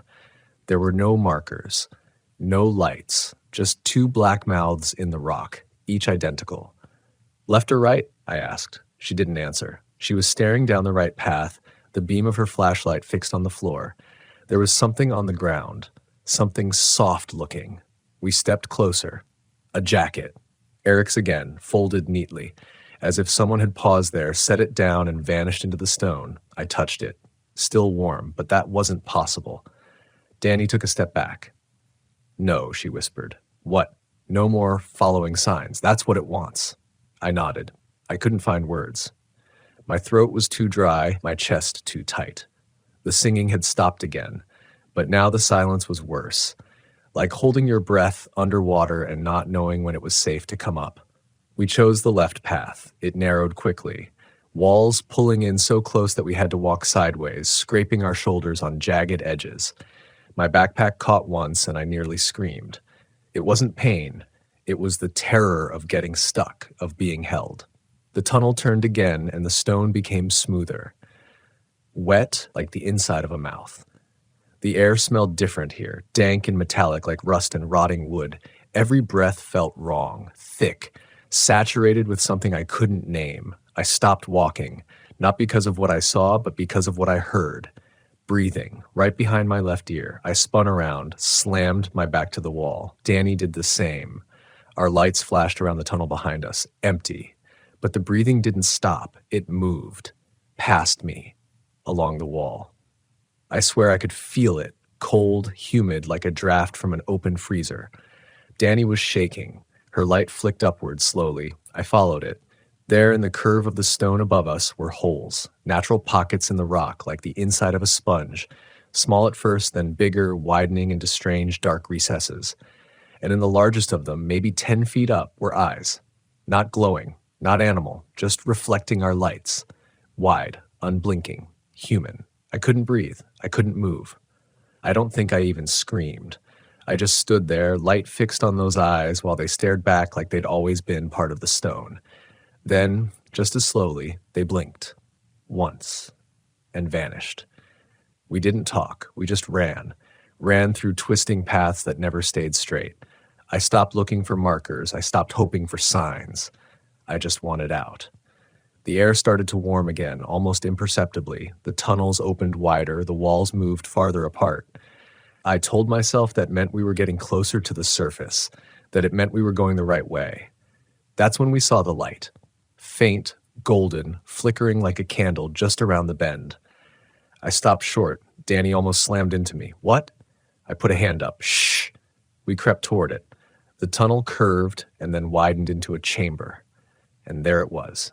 A fire, real flame in the center of the room, no smoke, no fuel, just dancing firelight on the stone, and around it, figures.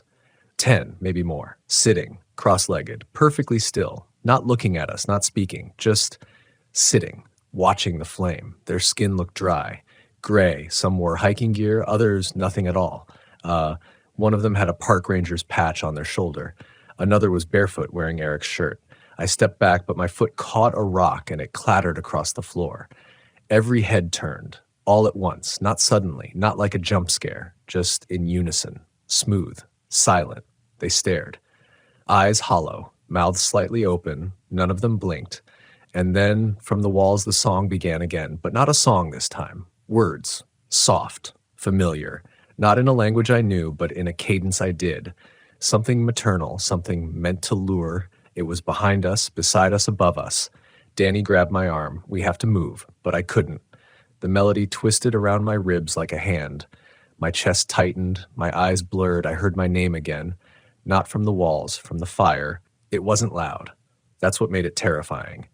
Just my name, gently spoken, right from the center of the flame. No mouth, no face. Just fire curling upward and whispering something that only I was meant to hear. It wasn't a threat, it was an invitation. And for a terrifying second, I wanted to answer it.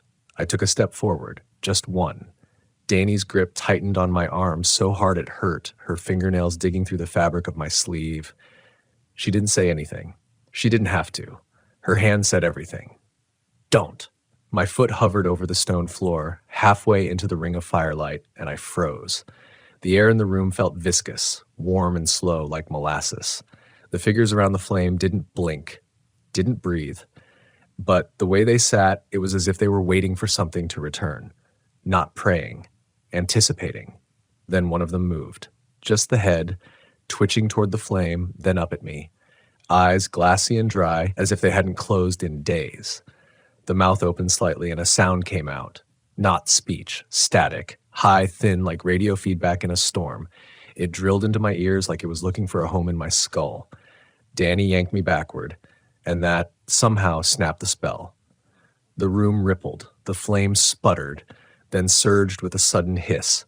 Every figure around it stood up at once. Not fast, not aggressive, just wrong. Like they didn't remember how legs were supposed to work. One took a step toward us, then another. The static rose with every movement. No footsteps, just that sound, eating the space between us. We turned and ran. The passage behind us had changed again. The floor was wet now, slick with some kind of mineral sheen that made it hard to find footing. The air was thick with that sound. It wasn't coming from behind us anymore. It was everywhere, in the walls, in the ceiling, in our bones. We didn't talk. There wasn't time. All I could do was keep moving forward, deeper into the maze, even though every instinct screamed, wrong way, wrong way. My thoughts didn't feel like mine anymore. They moved in circles, like the cave was eroding something inside me. Danny suddenly stopped ahead of me, one arm stretched out to block me. "What?" I hissed. "Listen." I did. The static had faded, and now there was something else. Breathing, not ours. Heavy, slow, wet. From up ahead. We switched off our lights. I don't know why. Just reflex. Some primal fear from a part of the brain older than language. We pressed ourselves against the wall, swallowed by blackness, and waited. Something came around the bend. I didn't see it. I couldn't. But I felt it. Heat. Damp. The way the air pulled away from it as it passed, like the cave itself was shrinking back. Its breath scraped the stone, a sound like lungs that hadn't worked right in years. It stopped just feet from us. I heard a sound like wet cloth dragging along rock. A scrape. It stood there, listening, sniffing the air.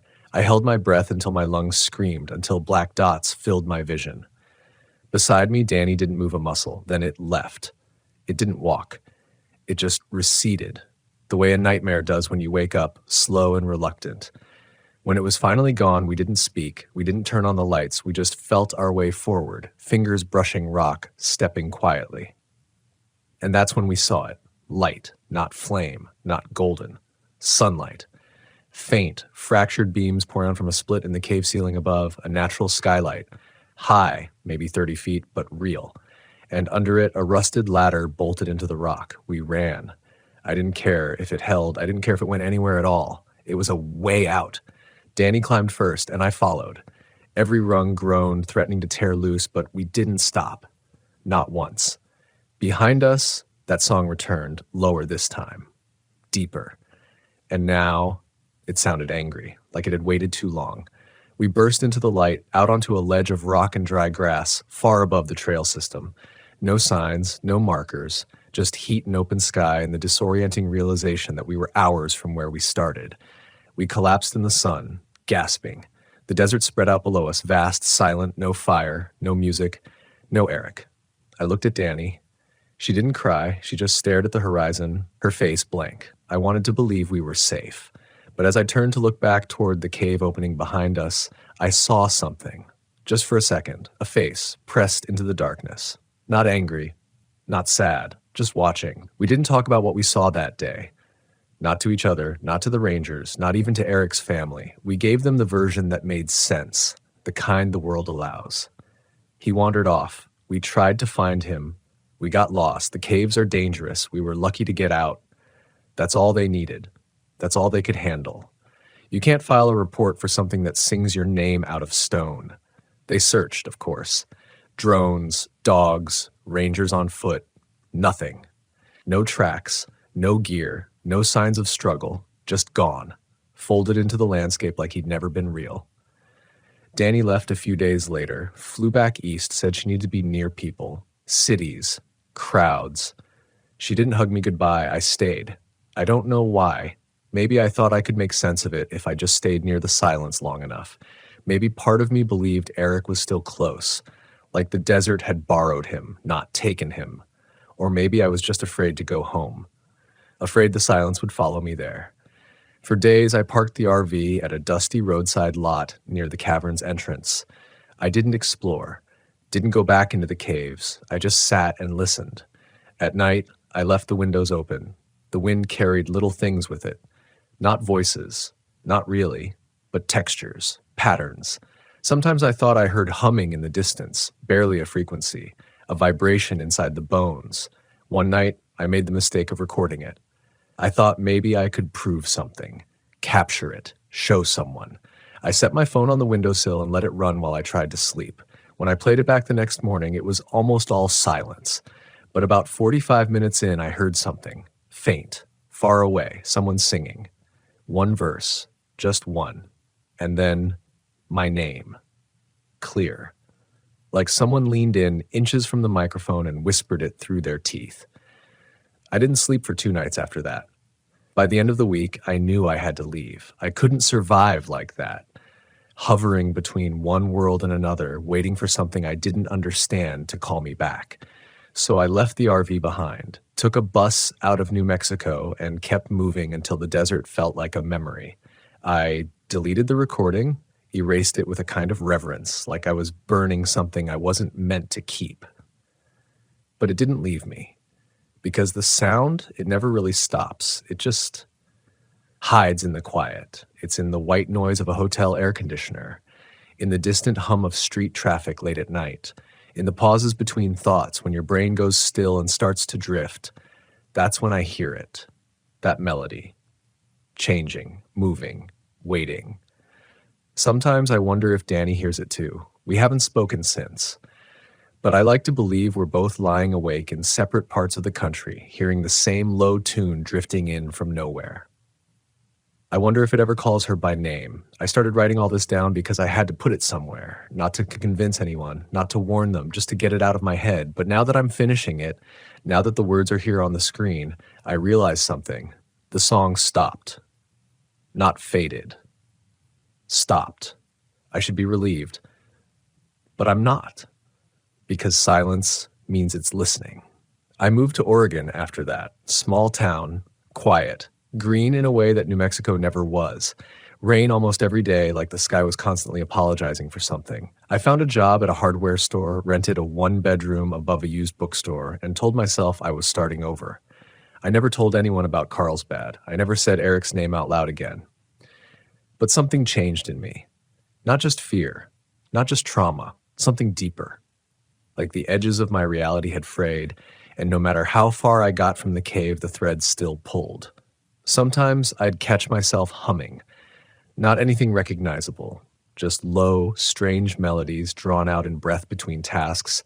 I didn't even realize I was doing it half the time until a customer would look at me sideways or my coworker would ask, "What's that song?" And I'd freeze. Mouth dry. Mouth dry. No memory of the tune. I started leaving the radio on at night. Not music, just talk shows, static, anything with voices. I couldn't stand the silence anymore. Not because I feared the sound, because I feared what it might cover. And then one night I got a letter. No return address. Postmarked El Paso. Inside was a single sheet of paper. 3 words typed in the center. You heard it. That was it. No name, no signature. But I knew who it was from. Danny. I sat with that letter in my lap for hours, barely breathing. My hands went cold. My stomach felt hollow. There was no threat in it, no warning, just confirmation. A whisper between survivors. She heard it too, and she still hears it. After that, it got worse. Not louder, just closer. I'd wake up in the middle of the night, certain someone had just stepped out of my bedroom closet. No sound, no shape. Just the aftertaste of presence, like warm breath on cold skin. The hallway light would flicker. The windows would fog from the inside. The song never came back full. But fragments did. A chord in the hum of a refrigerator. A phrase in the rhythm of a passing train. A vibration in the water pipes. I started sleeping with the lights on. But even that didn't help, because what haunted me wasn't the dark. It was where the sound was coming from. Not outside. Not behind walls, but inside my own hearing. It was in me now. Whatever it was, whatever lived in that cave or sang through it, it didn't follow me like a ghost. It stitched itself into the part of me that listens. And one night, I finally heard Eric's voice. I was half asleep, lying on the couch with a blanket over my legs and a podcast playing through cheap laptop speakers. The host was talking about some lost expedition, something historical, factual, and then mid-sentence, the audio glitched. It didn't stop, didn't cut, it just shifted. His voice morphed, slowly at first, word by word, into Eric's. The cadence, the tone, that goofy lilt he had when he was trying to sound serious, and then clear as day, you never left, you know. I jumped up so fast the laptop crashed to the floor, the screen shattered. Sparks, the speakers went dead. Dead silence.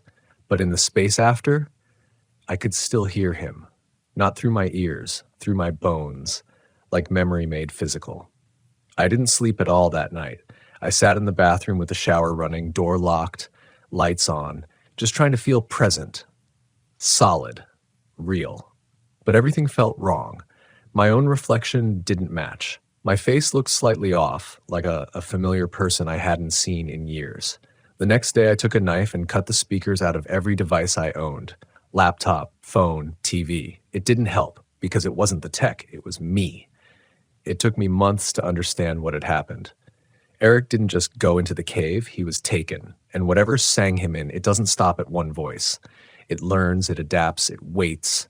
Now it's learning mine. Sometimes I wake up with songs in my head I've never heard before. Strange, coiling melodies, and when I try to hum them out loud, people flinch. One woman started crying in the checkout line at the store. I asked what was wrong. She said, "That song. My brother used to sing that. He died when I was 12. I didn't say anything, just stepped back, heart hammering. I didn't know her, I didn't know the song, but it did, and it was using me to find her. That's the worst part. It doesn't just take, it remembers. It carries people like echoes in its chest, and it plays them when it wants to be let back in.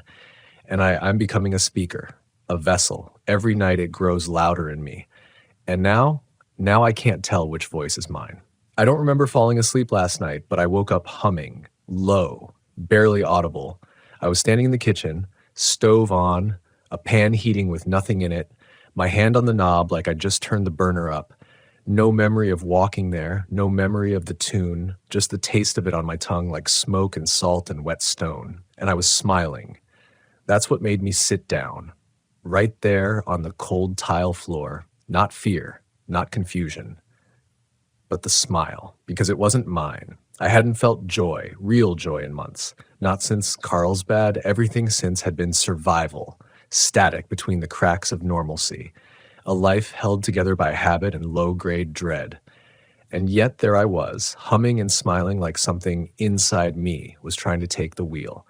I stayed on the floor for over an hour, still, breathing shallow, waiting for whatever was underneath my skin to pull back. Eventually, it did, but not all the way. I've started hearing voices outside my apartment now. Late, between midnight and 3 a.m., not neighbors, not the drunk kid from downstairs, not footsteps. Voices, humming at first, then words, then silence, sharp, expectant. Twice I've walked to the peephole and seen no one, but I hear them shift, just past the doorframe, like they're leaning against the other side, cheek to wood, ear to the keyhole, listening. Last night I almost opened it, just to see, but I didn't. I stood there for 20 minutes, hand on the lock, heart racing, skin hot. I think I said something aloud. I think I asked who was there. And I think I answered. That's the part I can't explain. There was a voice, my voice, on the other side, and it said, soft as sleep, come back, you left something behind.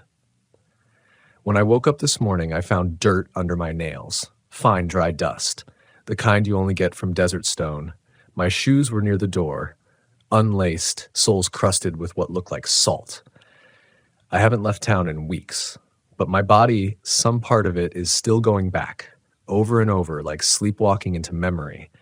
And now, even during the day, I can feel it waiting, a pressure behind the noise of life, in the low hum of traffic, the way lights flicker right before you flip the switch, the blank spots in conversations where people forget what they were saying mid-sentence and never realize why.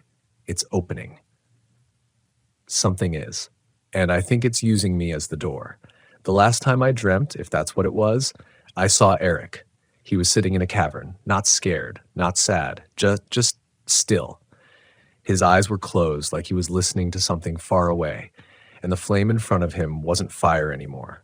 It was light shaped like a face, no features, just suggestion. And it turned when I entered. It saw me, and it smiled with my smile. Then Eric opened his eyes and said, "You brought it with you."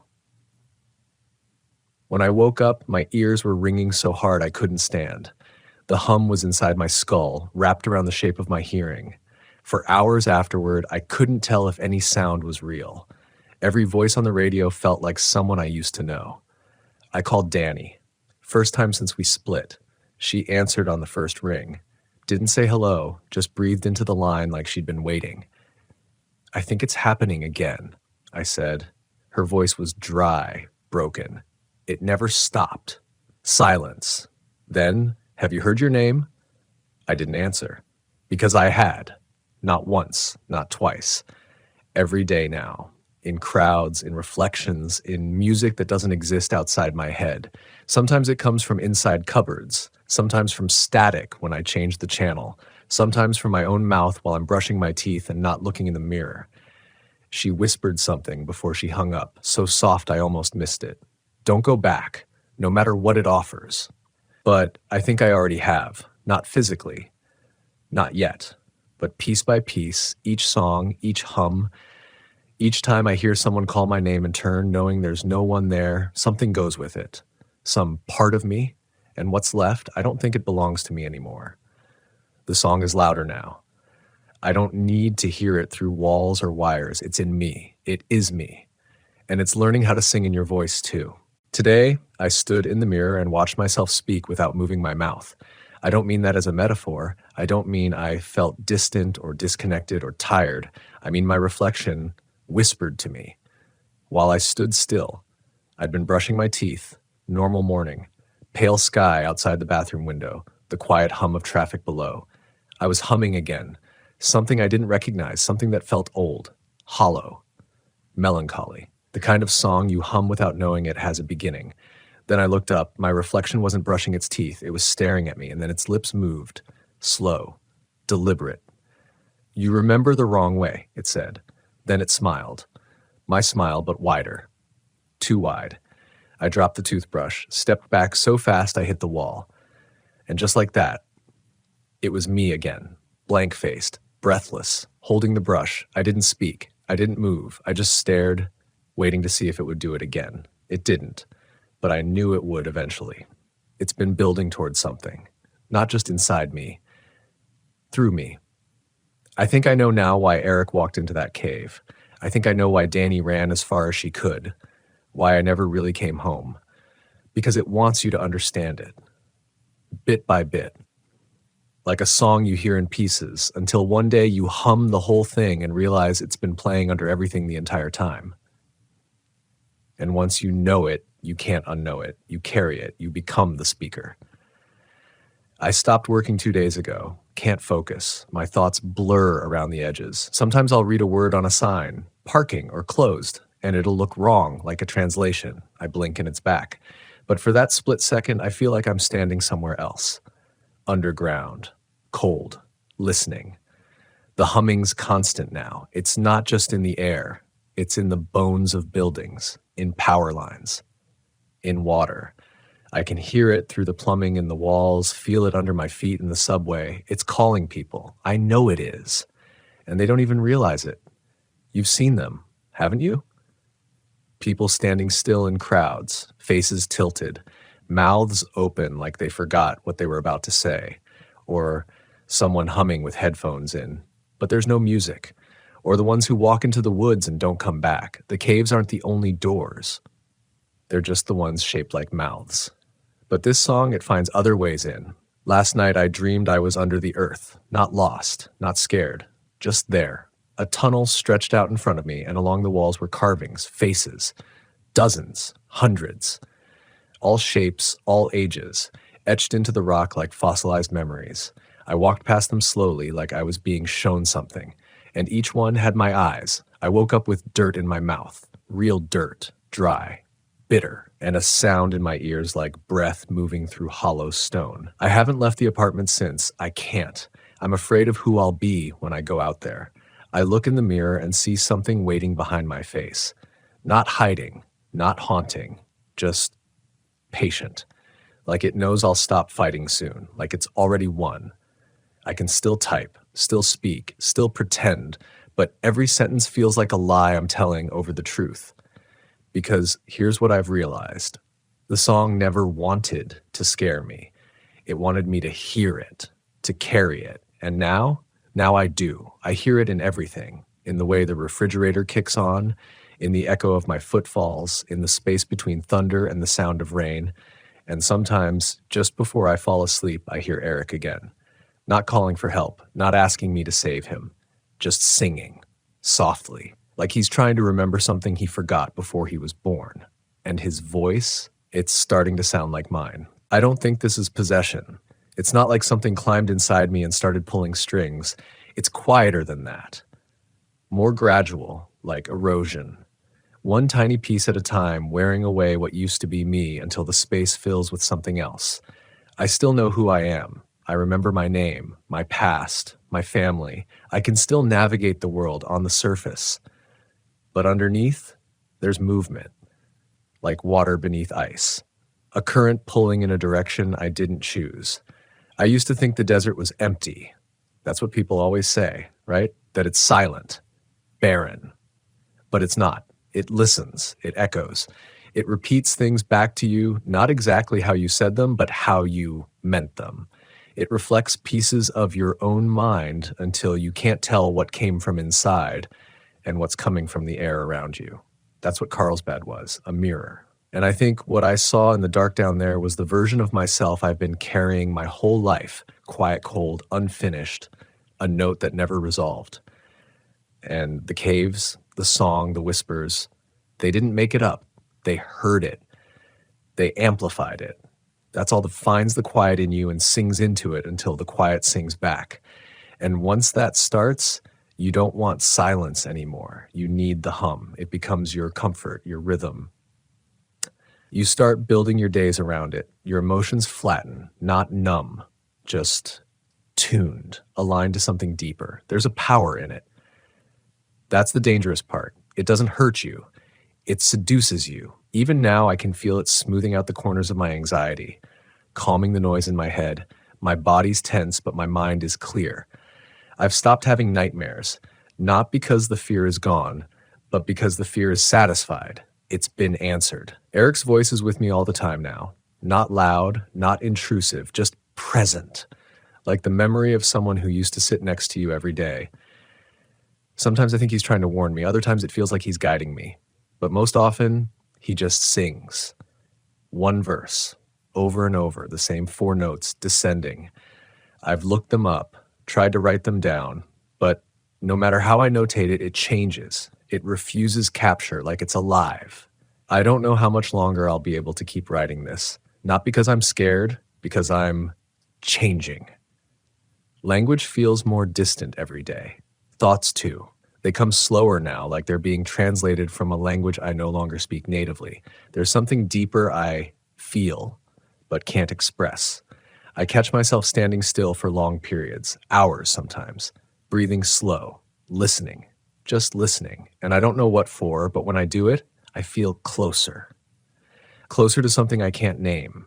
The song wants to return to itself. That's the sense I get. Like all of us who've heard it, really heard it, are just fragments, carriers, mouths. It doesn't want to hurt us. It wants to reunite, to become whole again. And it will, through us. If I went back to Carlsbad now, I think I'd find the entrance open again. Even if the rangers say it's sealed, even if maps say it's closed, I'd find a way in, because I know now the cave was never underground. Not entirely, it's under you. Under your thoughts, under the surface of the world. Every silence you've ever heard, that was it breathing. And if you listen long enough, it'll start to breathe in rhythm with you. You won't notice the change at first. Just little things. A new melody in your head when you wake. An ache in your jaw like you've been singing in your sleep. A voice calling your name, not from the outside, but inside the name itself. And when that happens, you'll understand why Eric didn't come back. You'll understand why I stayed, why Danny ran, why I'm not afraid anymore. I'm not writing this to warn you. It's too late for that. I'm writing it so you'll know the words when you hear them, so you'll remember the melody when the wind brings it to your door, because the song is moving now. It's not just in Carlsbad, it's in the cities, the wires, the quiet. It's found its way into the hum of machines, into the pause between your breath and your heartbeat. It's already here, and if you're reading this, it's listening to you. Right now, can you hear it? It's humming your name.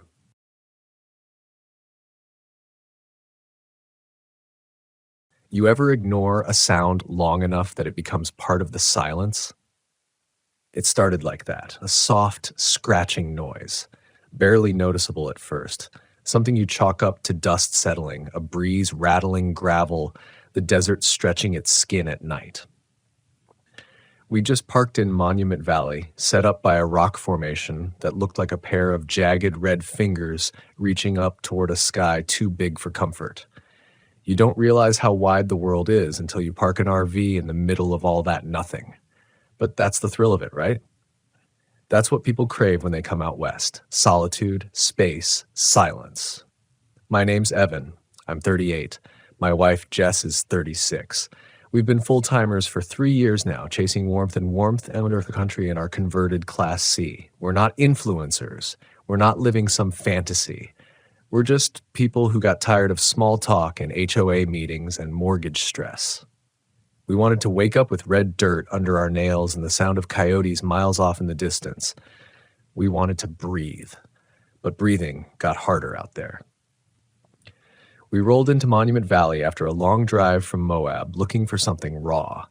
Jess had this old Navajo travel guide she picked up at a thrift shop, half the pages torn, but it pointed us to a stretch of BLM land about 4 miles from the main overlook, near the Arizona-Utah line. It wasn't part of the main park. No lights, no tourists, no rangers. Just us, our rig, and the stillness. We set up late, just as the sun dipped low behind those monolithic butts. That light, golden and stretching like it was trying to hold on to the earth a little longer, made everything feel sacred. Even the wind seemed respectful. It whispered, but never screamed. We had dinner outside that first night. Pulled pork over the fire, some whiskey to burn off the chill. Jess kept staring out at the horizon, eyes glassy, like she was looking for something just beyond what she could name. Feels like a place where stories don't end, she said. I didn't know what she meant at the time. I laughed and said something dumb like, "You getting poetic on me?" She smiled, but her eyes never left the dusk. The first time I heard the scratching, I thought it was the fire cracking, or maybe the wind dragging something against the undercarriage. It was faint, a subtle series of taps and drags like claws on metal, soft enough that I almost didn't register it. I didn't mention it to Jess. Next morning, we hiked out toward a rock wall that looked like a leaning spine. No trails, just footprints and dry washes, the kind of terrain that makes your boots feel heavy with meaning. We passed through a narrow gulch that reeked of sage and something else. Old water, maybe. Or rot. It didn't sit right, whatever it was, but we didn't say anything about it. That's something you learn quick out here. The desert doesn't care how you feel. We got back around sunset, dusted, sunburnt, and buzzing with that high you get from being just a little lost and making it back on your own. The rig looked untouched, exactly where we left it. We made camp again, ate, talked about nothing, slept. The scratching came again that night, louder. This time, it woke me up. At first, I thought maybe something was brushing against the outside wall. You hear about desert mice, maybe a coyote sniffing around, but this sounded too deliberate, like something was underneath us. Not skittering, dragging, a slow, rough movement. Nails on aluminum. I held my breath, trying to listen harder, like my ears could reach down into the darkness below. Jess stirred beside me. "You hear that?" I hesitated. "Yeah, probably just an animal." She sat up. "There's no food down there. Why would it stay?" We listened. Nothing. I got up, flicked on the outside floodlight. Opened the door and stepped barefoot into the dirt. It was cold, still, no movement. I ducked under the RV with a flashlight. Nothing. No prints, no drag marks, no signs of burrowing, just red dust and the faint odor of grease from the generator. Still, I didn't sleep much after that, and the next morning I noticed something weird. Our leveling blocks were shifted. Not a lot, maybe an inch, but enough to make the RV tilt a bit toward the driver's side. I hadn't noticed it before, and I always double-check the level when we park. It's habit. I chalked it up to settling ground. I told myself that. Again and again. That afternoon, we stayed closer to camp. Something about the silence out there started to feel too complete, like we were being muffled. Every now and then, a raven would circle overhead and then vanish behind a butte, as if it had somewhere more important to be. The wind didn't hum anymore. It scraped. Jess was quieter, too. She walked out to a rock ledge and sat there for hours, watching the open desert. When she came back, her eyes were red like she'd been crying. "You okay?" I asked. She nodded, but didn't speak. That night, the scratching was louder, longer. It started right after midnight, not like something that just happened to be passing through, but like something waiting for the dark to fall. It circled. From under the rig, we heard it move in a slow, deliberate path, front to back, then side to side, not scurrying, not confused, measured. I swear to God, it was listening, timing us. It would stop whenever we moved, then resume when we were still.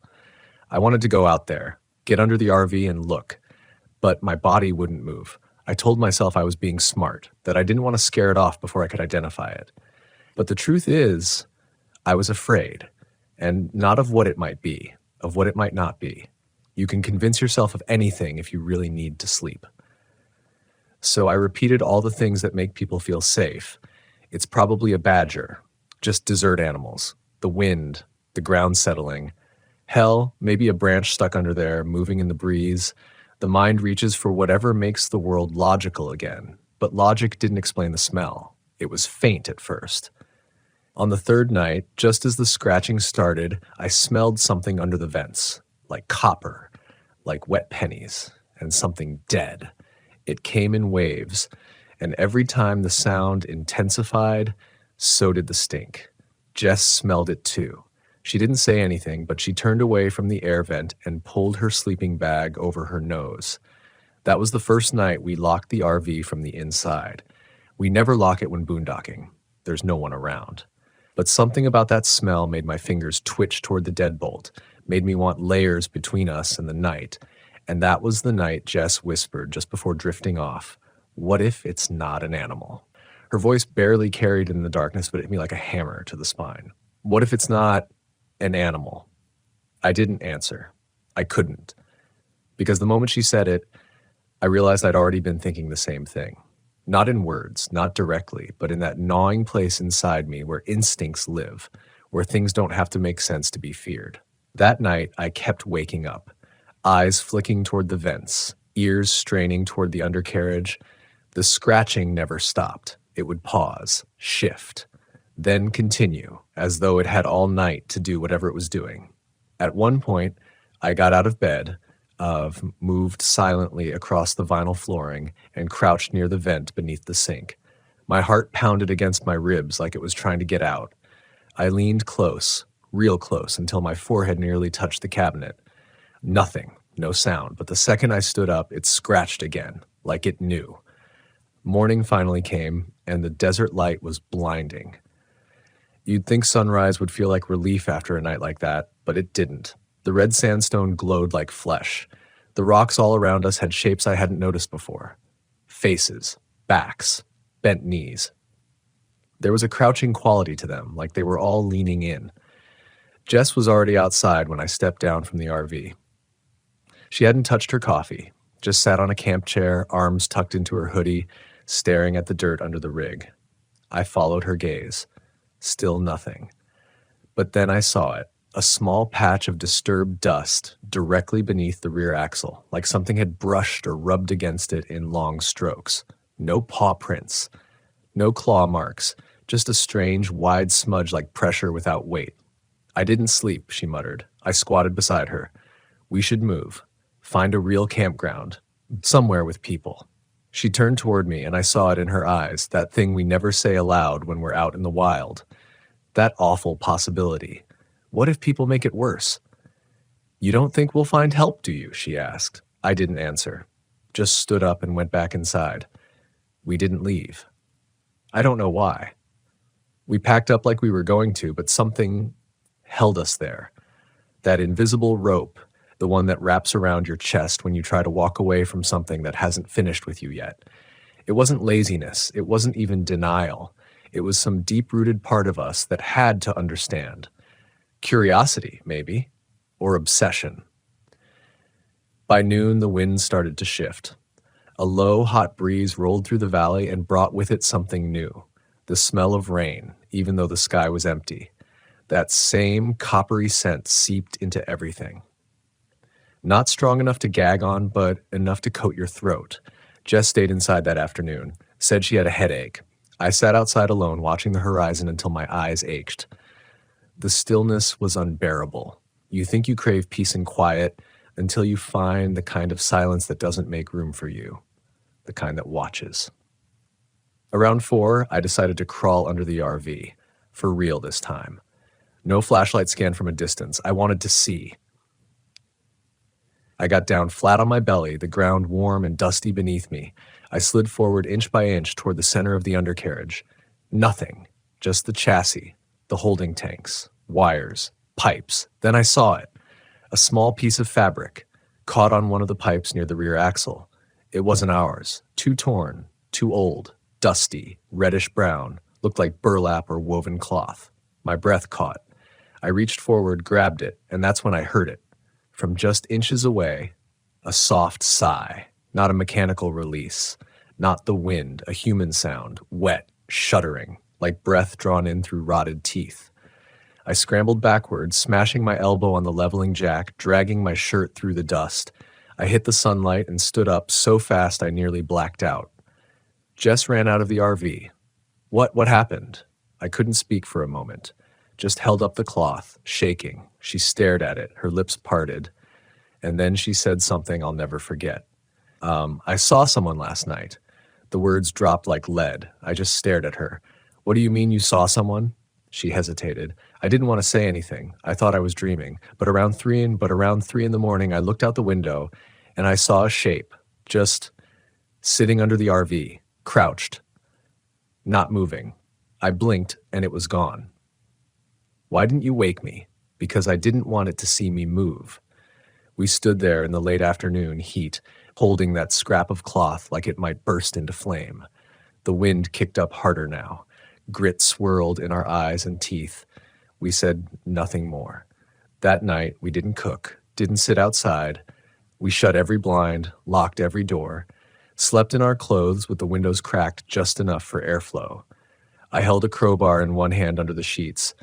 Jess kept the flashlight on. We didn't speak. We just listened, and the scratching came earlier. It started around 10:15, a slow, deliberate series of scrapes, then silence, then a knock, just once, right under our bed, like knuckles on the metal floor. Jess sat up and grabbed my arm so hard it hurt. Her nails dug in, another knock. Then the smell hit again, stronger. Wet copper and rot, like something bleeding in the heat. Then voices, whispers, I swear on my life, coming from the floor vents. They weren't words I could understand. Not English, not Navajo either. I'd spent enough time in the Southwest to recognize that. It was guttural, broken, rhythmic, like a prayer being spit out by someone drowning. I got up, nearly falling over, and dropped to my knees beside the vent. I pressed my ear to the plastic grill. Silence. But then, a low hum, vibrating through the metal, almost like it was coming from inside the frame of the RV. I yanked back, slammed the vent shut, and looked at Jess. We're leaving. First light. I don't care where we go. She nodded. Her eyes were wide and glassy, like a deer staring down headlights. We sat there, backs to the walls, crowbar and flashlight in hand, waiting for the sun to rise. The sun never felt slower. I watched the first pale light creep along the seams of the blinds like it had to fight to get in. When it finally poured through the cracks, I almost sobbed. Jess didn't move, but I saw the tension in her shoulders ease just a fraction. Neither of us had slept. The silence outside felt just as heavy as the night, like the world was holding its breath. We packed like soldiers retreating under fire. No breakfast, no coffee. I didn't even disconnect the leveling blocks properly, just tossed them into the rear storage bay and slammed it shut. Jess stayed inside, eyes locked on the rearview monitor like she expected something to crawl into frame. When I turned the ignition and heard the engine catch, I wanted to cry with relief. But when I shifted into drive, the RV wouldn't move. The tires spun like we were caught on something, but we weren't in mud, we weren't in sand. We were on flat, packed earth, the same spot we'd parked on days ago. I gunned it again. Nothing. The rear wheels lifted slightly like we were caught on a low barrier. Jess ran to the back and opened the rear door. She screamed. I was out of the driver's seat in a flash, sprinting around to her side. She stood there, mouth open, one hand over her nose, pointing beneath the bumper.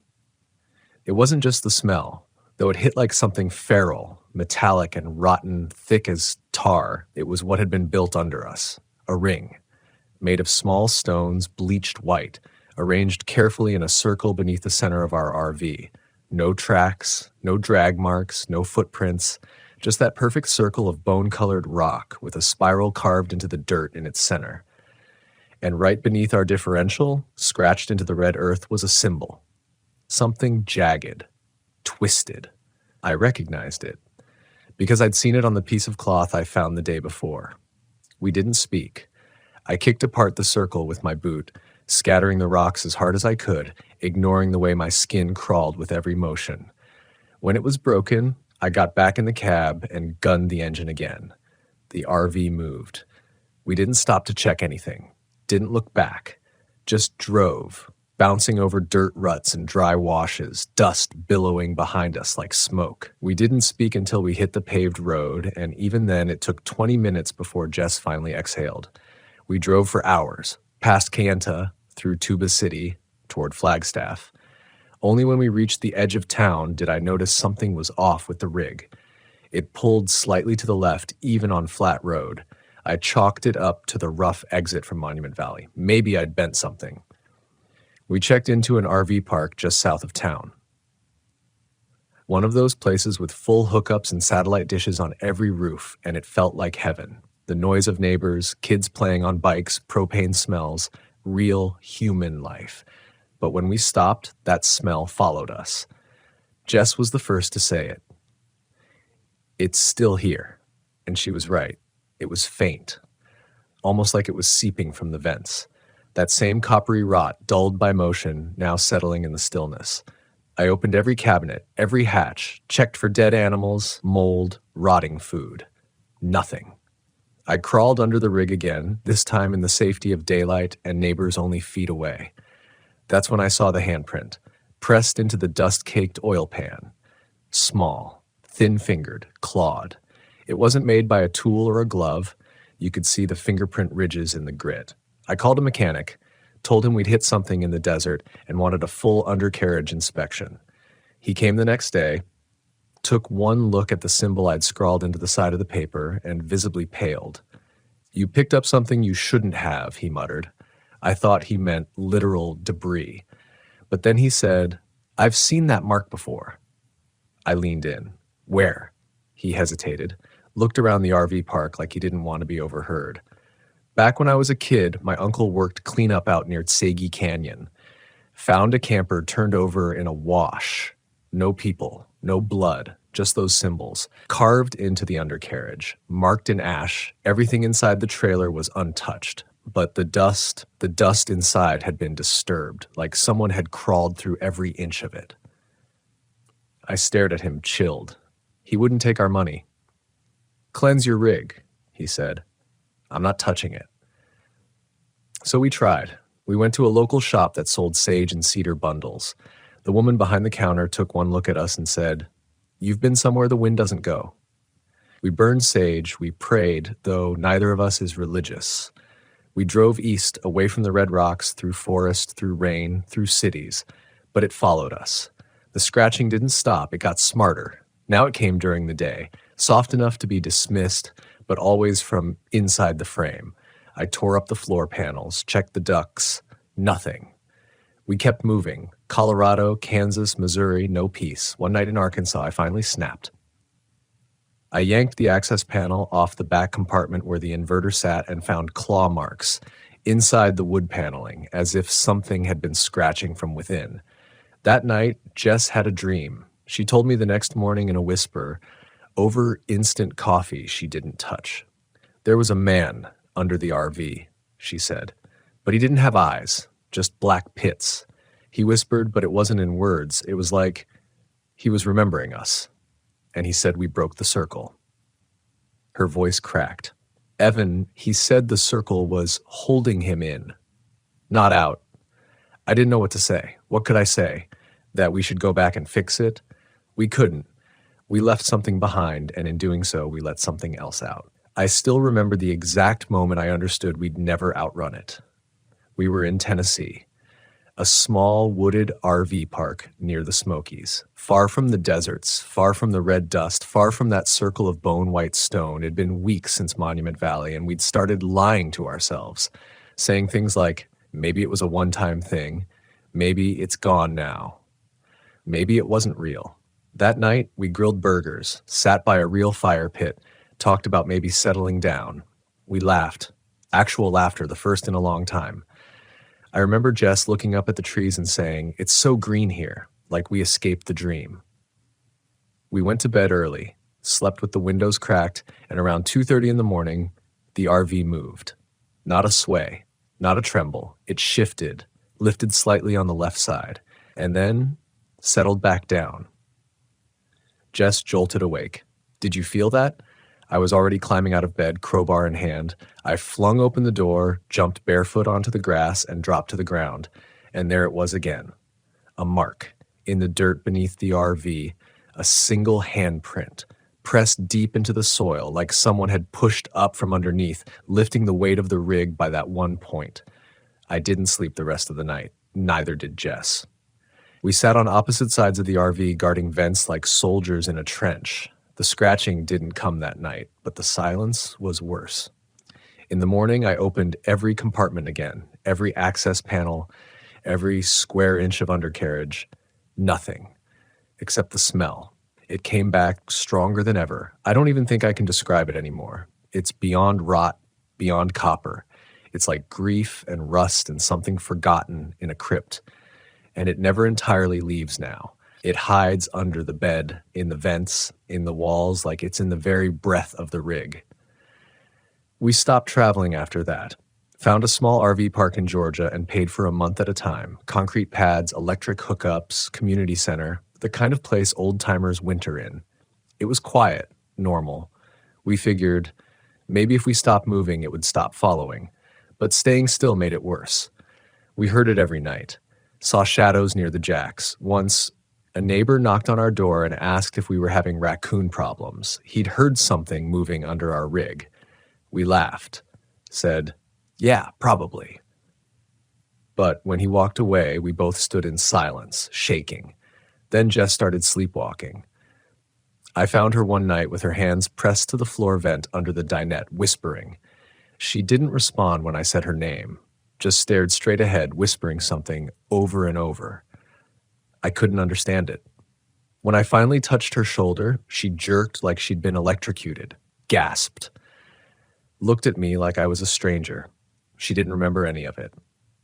We tried therapy, not the typical kind, the kind you find in corners of the internet, on dusty forums for people who've seen things they can't explain, people who talk in code, who say things like, you let it in, or the land remembers.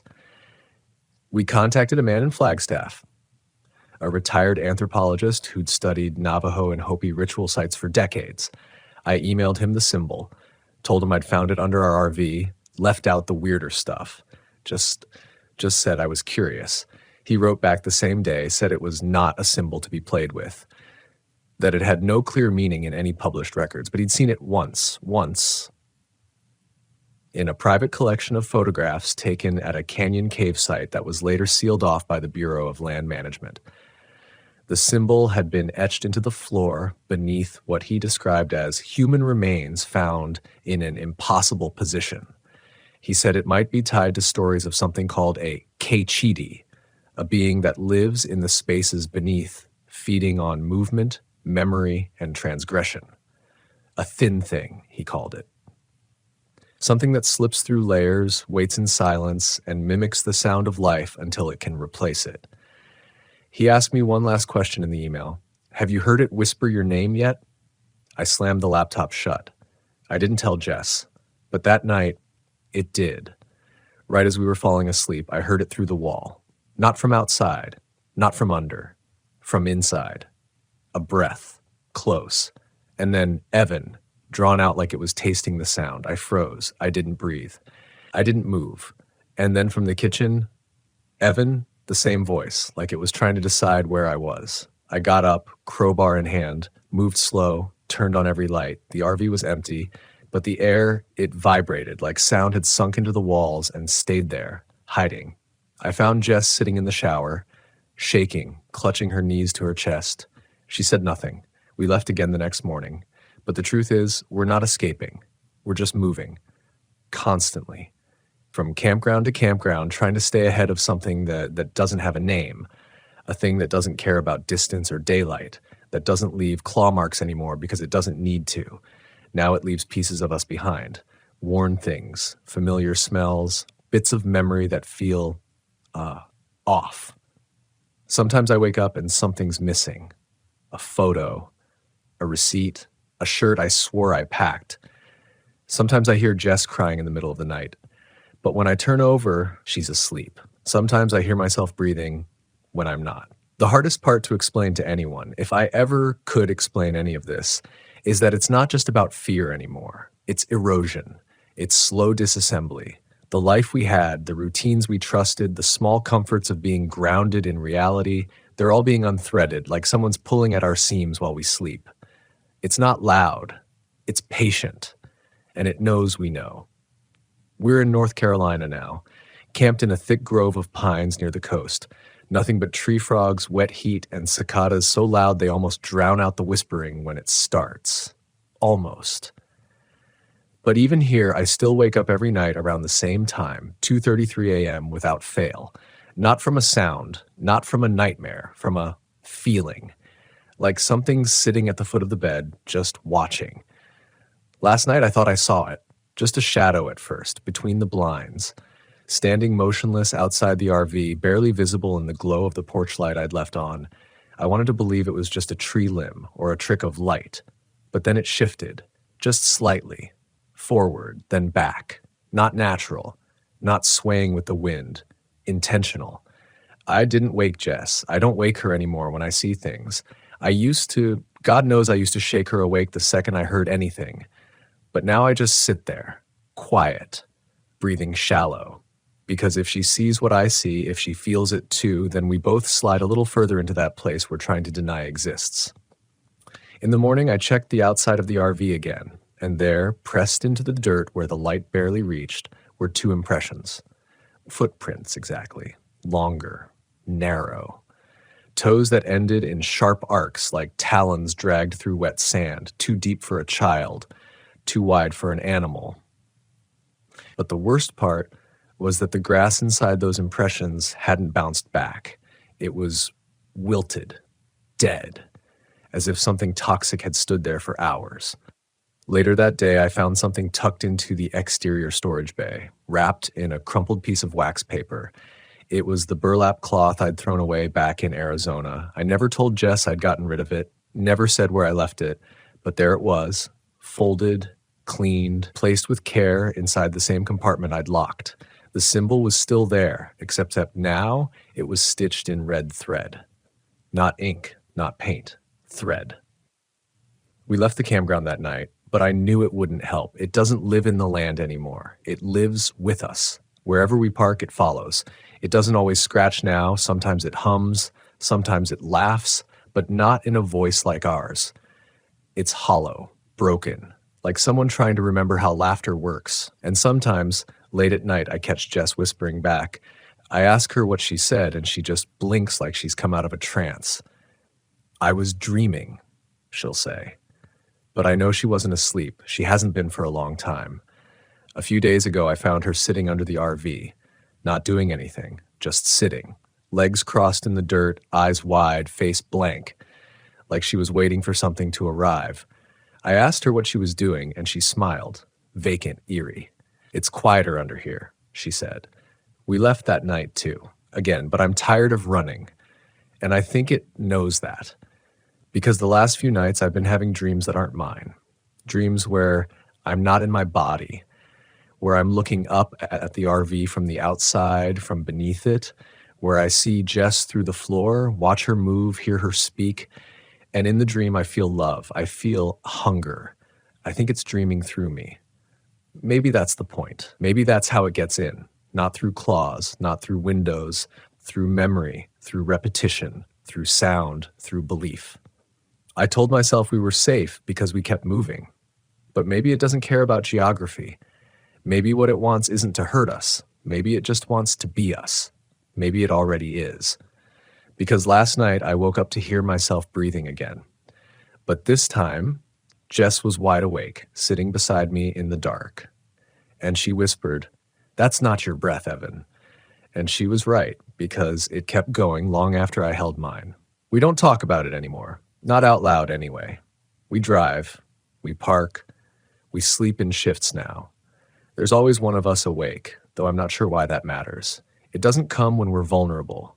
It comes when we're aware, when we're staring straight into the black and pretending not to see it move. We're in Virginia now, camped under a thick canopy of trees that let almost no light through. It's wet here, green, alive. The soil is rich, heavy, but even in all this living earth, it still found us. It doesn't need dust or silence anymore. It doesn't need the desert, because Monument Valley wasn't the start of this. It was just where we finally heard it. And maybe that's what cursed us. Not the rocks, not the circle, not the broken symbol or the shadow crawling beneath the axle. Maybe it was the attention. We noticed it, and in doing so, gave it shape. Jess barely speaks, not in a broken way, in a calm, too calm way, like someone who's accepted something horrible because the alternative is madness. And I think deep down she understands this thing more than I do. Or maybe it's simply bonded more deeply to her. I caught her again last night, under the RV, sitting in the same posture, same stillness, except this time she was humming. It was soft, tuneless, but rhythmic. A sound I'd heard before, once, back in the desert, in the vents, when it hummed just before the first knock. I didn't say anything, I just watched from the window, afraid that if I interrupted she wouldn't look up, or worse, that if she did, it wouldn't be her looking back. Later, I asked her if she remembered being outside. She smiled. We needed to be closer. We? She didn't answer. I'm starting to forget things now. Not just where I put the keys or the last campground's name. I mean real things. A whole week disappeared. I checked my phone's photo gallery, and there are pictures I don't remember taking. Videos of Jess talking to someone behind the camera, me, presumably, but my voice doesn't sound right. It's slower, drawn out, like a version of me pretending to be the real thing. I found a clip of her whispering into the floor vent. The audio is corrupted, just static. And then her voice, deep and soft. He doesn't sleep anymore. We're almost ready. That was 3 days ago. I confronted her. She didn't deny it, just said, "We're getting hollow, Evan. That's what it wants." And when I asked what it was, she looked me in the eye and whispered, "It's older than land." It waited for a door. I lost it, yelled, demanded answers. She looked at me like she pitied me, like I was still clinging to some fragile story about safety, rules, the way the world's supposed to work. We've parked somewhere off-grid now, not far from the Blue Ridge Parkway. The trees creak like bones. Fog rolls in early and doesn't lift until noon. Last night, I went outside. I don't know why. Maybe I was sleepwalking. Maybe I finally cracked. But I woke up underneath the RV, lying flat on my back, and I wasn't alone. There was something beside me. Not touching, just there. A presence. Thick and electric. The smell of it hit me instantly. That same copper rot, but deeper now, like it had ripened. I couldn't move at first, couldn't scream, couldn't breathe. All I could do was listen as it spoke, not in words, not in language. But I understood it spoke in memory. Flashes, Jess laughing in the snow in Utah, my dad's voice the last time we talked before he died, the way my dog used to curl at my feet as a kid, and then worse memories. The fight I had with Jess in Texas, where I almost left, the kid I bullied in 7th grade. The time I lied to my mom about seeing my brother sneak out and he got grounded for weeks. It showed me all of it, like it had been watching forever, like it knew the deepest folds of who I am. And then it made me an offer. Again, not in words, but I understood. It wants a name. It wants a place. It's tired of hiding beneath. It wants to ride above, and all I have to do is let go. Give it the wheel. Let it steer. I woke up in the morning, mud-soaked and shivering, face up beneath the rig, mouth full of dirt, eyes wide with something I don't know how to name. Jess was already awake, sitting at the dinette, writing. I asked her what she was doing. She looked up slowly and said, "It's almost time to stop running. And now I'm writing this. Not because I think we'll make it out, not because I think anyone will believe me, but because if you're reading this, if you've parked somewhere quiet, if you hear something brushing beneath your tires in the night, don't look under the RV, don't listen at the vents, don't ask your partner if they heard it too, because that's how it starts. That's how it sees you. And once it sees you, it never forgets. It waits. It whispers. It becomes. And the next time you wake up behind the wheel, you may not be the one driving." End of script. Approx. 7,100 words.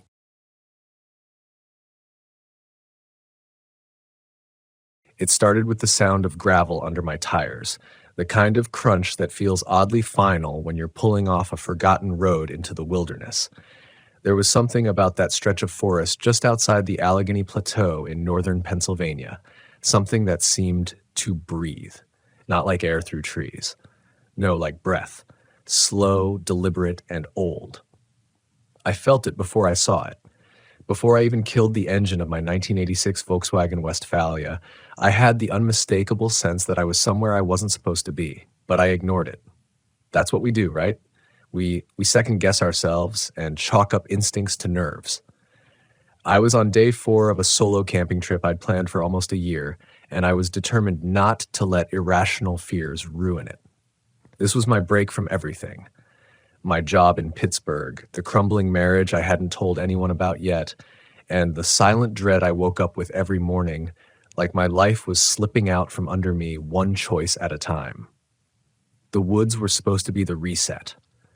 I'd been camping in the VW since I was 19, following my uncle's footsteps in every dirt road the Park Service tried to hide. But this place, this narrow, overgrown path hidden behind 2 rusted barrels and a trail marker eaten away by time, wasn't on any of the maps I carried. That should have been a red flag. Instead, it felt like a discovery, like a secret I'd earned. I parked the Westie on a small incline, surrounded by dense red pines and cold birch, the type that grows so close together it strangles the light. The sun was already slipping behind the hills, casting a burnt orange hue over the canopy. I got out, stretched, and immediately noticed the smell. Earthy, but more than that. Damp, acidic, like the forest had been holding its breath for years and had just exhaled. There were no other cars, no signs of campers, no ranger stations, just me and the silence. I set up camp in a small clearing just downhill from where I parked, laying out my portable stove, my food box, and a collapsible chair I dragged all the way from home because I refused to sit on the ground. I made coffee even though it was too late for it. Just something about the ritual, the smell, the warmth in my hand made the place feel less like a mistake. The first sign that something wasn't right came when I tried to get my bearings. I always do a loop around any campsite I choose, learn the landmarks, see where the sun sets, where the shadows creep. I stepped 30 feet away to relieve myself behind a log, and when I turned back, I couldn't see my van. Not just couldn't see it, couldn't find the trail I'd taken. Everything behind me looked like the same stretch of forest. I felt a strange pressure in my chest, like someone had tied a belt around my ribs. But I stayed calm. took a deep breath, counted to 10. I knew better than to panic in the woods. I circled back, careful, retracing each step like I'd done 100 times before. 5 minutes passed, then 10, then 15. The light was dying fast. And then, there it was. My Westie. Just barely visible through a sliver of tree line, but standing right where I'd left it. I laughed out loud, nervous relief more than anything, and scolded myself for getting jumpy. The woods do that. They shift. They test you. That night, I slept with the windows cracked open. The air was cool and damp, heavy with the scent of moss and something metallic. Not blood. Something older. I tried to ignore the scuffling sounds around the van. Probably deer, I told myself. Definitely not raccoons, maybe squirrels or some other night animal. But when I opened my eyes around 2 a.m., I knew something had changed. The woods were dead quiet. You don't know real silence until you've sat awake in a forest where even the insects have stopped singing. No crickets, no rustle of leaves, nothing. Just a static buzz in my ears and the sharp, uneven sound of my own breath. Then came the knock. 3 taps. Deliberate. On not a branch. Not an animal. A knock. I didn't move, didn't even breathe. My eyes were locked on the rearview mirror, but all I could see was black. I reached slowly toward the flashlight in the glove box, hands trembling so hard the latch clicked louder than I wanted. I turned it on, heart hammering, and swept the beam toward the back. Nothing. No eyes. No shape. Just fog on the glass. Fog that hadn't been there when I closed the curtains earlier. I didn't sleep the rest of the night. The next morning, I convinced myself I'd imagined it. Sleep deprivation, adrenaline, maybe even a dream that felt too real. The human brain is a messy machine when it's out of its comfort zone. I made a strong pot of coffee, packed up my chair, and tried to laugh at myself. But I didn't laugh. I just stared into the trees, waiting for them to blink. I told myself I'd leave that afternoon, head back toward a known trailhead, something with an actual sign or other campers. But before I could even take down my food box, I heard it again. 3 knocks, not on the van this time, on a tree, 50 yards to my left, then again, closer. 3 more. The sound was precise, rhythmic, human. I called out, thinking maybe someone had wandered into the area. Nothing. I stepped a few feet toward the sound. Nothing. No movement, no response. Just the breeze tickling the pine needles and the tightening sensation crawling up my spine. That's when I noticed something I hadn't the day before. There were no birds, not flying overhead, not chirping, not a single rustle in the canopy. Just that thick, oppressive silence, like the woods were holding their breath again, waiting. I grabbed my small day pack, just water, granola, compass, and my old handheld GPS. I decided to hike out a few miles, see if I could find a nearby trail, something to ground myself. I left a bright red bandana tied to the side mirror of the van so I could find my way back.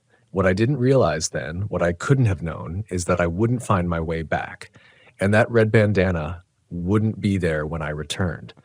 If I returned, because the forest had already started closing behind me. At first, it was easy to believe I'd just wandered farther than intended. The trail I made for myself had a strange way of blending back into the woods the second I stopped looking over my shoulder. I walked with careful intention, marking trees with little shreds of orange flagging tape from my pack, keeping the sun behind my left shoulder. That was always the rule. Orientation through sunlight. But even with all the caution, something wasn't tracking. Every step forward made the woods feel tighter. Not denser, exactly. More constricted, like the trees were leaning in, like the path I was making was just a figment that would evaporate the second I looked away. There were no animal tracks, no broken branches, no natural sounds at all. Just my boots grinding into damp earth and the rhythmic whistle of my breath. I knew when I'd gone too far. It was that moment every seasoned camper dreads, that flicker of uncertainty in the gut. I turned to head back toward the van, following my flagged trail. I walked for 10 minutes, 20, 30. No red bandana, no van, no trail. I turned around, thinking maybe I'd just taken a wrong angle. I backtracked to the last bit of tape I'd left behind. Gone. All of it. Gone. Like I'd never marked anything at all. I remember standing there for several long seconds, listening. Not for something specific, just listening. The way you do when your body starts to register that you're no longer on familiar ground. That something about the rules has changed, and the usual logic of direction, time, and space doesn't apply here. The hair on my arms rose. The compass in my hand spun once, then slowly pointed south. I tapped it, shook it, south again. But I knew the sun had set behind me on the hike in, and that meant the compass was lying, or something was interfering with it. I pulled out the old GPS. It struggled for a few seconds, trying to connect, then blinked out. Dead. I had fresh batteries in it just this morning, and still nothing. No signal, not even static. That's when I started walking. Fast, no plan, just movement. The kind of movement you use to push panic away. Forward, forward. Just keep going. I convinced myself if I went downhill long enough, I'd hit a creek, a trail, maybe a ranger road, something. But the forest didn't lead me anywhere. It just kept folding into itself. Hours passed. I stopped once to drink, eat half a granola bar. My knees ached and my thoughts spiraled from rational to chaotic and back again. I was angry, then terrified, then numb. By the time the sun dipped low enough to shadow the forest floor, I knew I was truly lost. Not just turned around. Lost. The kind of lost where you stop feeling like a person and start becoming part of the woods, where time gets muddy and the horizon never opens. And then I heard it. Not a knock this time, a voice. It was faint, feminine, almost a whisper, but so close it felt like it was being whispered into the base of my neck. It said my name, not a shout, not a question, just Jake. I froze so fast I nearly dropped my bottle. Every muscle in my body screamed to run. But where? Into what? I turned slowly, scanning the trees. The sound had no direction, just presence, like it was everywhere at once. Jake. This time it came with a rustle, not of animals, something heavy dragging through pine needles and brush. I backed away. I walked faster, then I ran. Full sprint through brambles and low-hanging limbs, ducking and diving until the forest blurred around me. I didn't care where I was going anymore. I just needed to be anywhere else. I ran until my lungs burned and my legs screamed and my thoughts became white noise. When I finally stopped, everything was quiet again. Dead quiet. And there, in a perfect circle around me, were the trees. I don't know how to explain it, but they weren't just there. They were watching. That's how it felt, like every trunk was leaning just slightly in my direction, like the branches were angled not toward the sky, but toward me. I took a step backward and noticed something that made my stomach knot. There were no pine needles on the ground. None.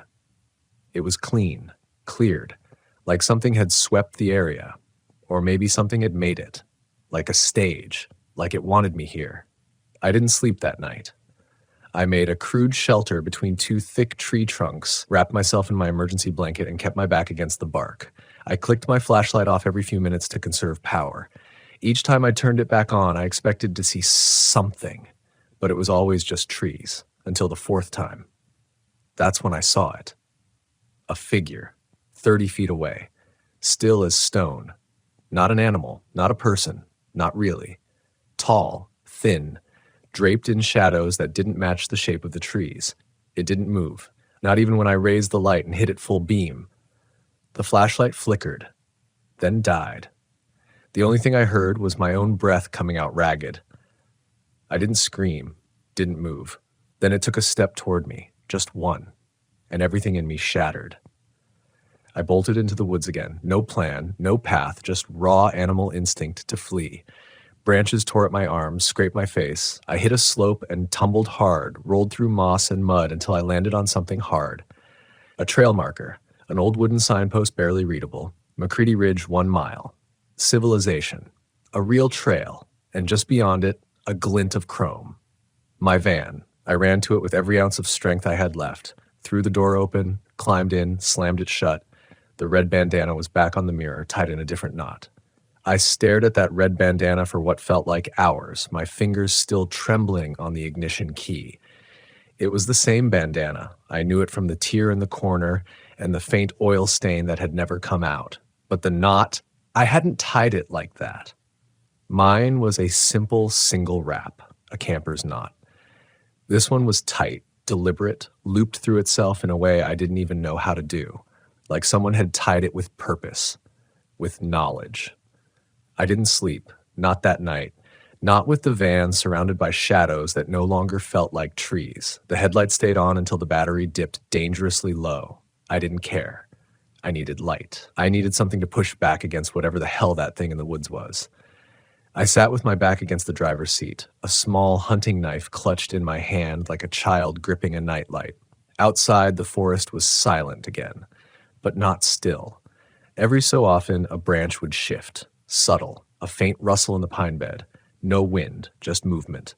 Controlled, slow, and patient. By dawn, I'd made a decision. I was leaving. Screw the trip. Screw the idea of finding myself in the wilderness. The only thing I wanted now was pavement under my wheels and distance between me and those trees. I turned the key. Nothing. The engine clicked, but didn't turn over. Again. Click, click, silence. The battery wasn't dead. I had juice. The lights were still on. The dash lit up. But the engine refused to catch. I opened the back hatch to get a better look, cursing under my breath. That's when I saw it. 3 long scratches. Down the side panel. Deep. Not paint deep. Metal deep. Like something had clawed the side of the van during the night. I dropped the hatch, grabbed my gear, and I ran.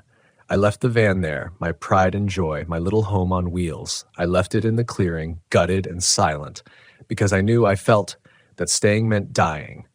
Or worse, disappearing into that forest like it had always been waiting for me to arrive.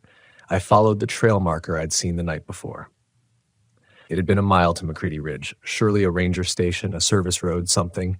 I walked fast, resisting the urge to run, but after 20 minutes there was no ridge, no signage, nothing but trees, and then the trail disappeared. Not faded, vanished, like the dirt had never been disturbed, like the path had never existed.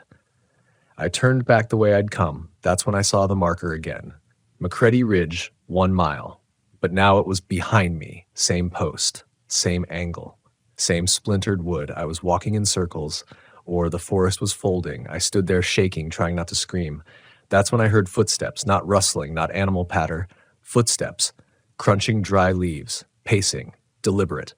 I held my breath, crouched low, scanned the brush, nothing. Then a voice, same one as before.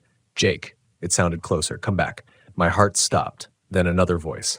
A different one. Jake, please. And another. Younger. Jake, I'm cold. They were using my name. They knew it. But I hadn't told anyone where I was going. No shared pins. No social posts. Nothing. This trip had been radio silence. Intentionally. So how? I backed away slowly, keeping my eyes on the spot where I thought the voices were coming from. And that's when I saw it again. The figure. Same height. Same shadowy edges that didn't make sense. But this time, it wasn't alone. There were 3 of them, lined up between the trees, perfectly still. No eyes, no faces, just voids in the shape of people. I turned and ran, again.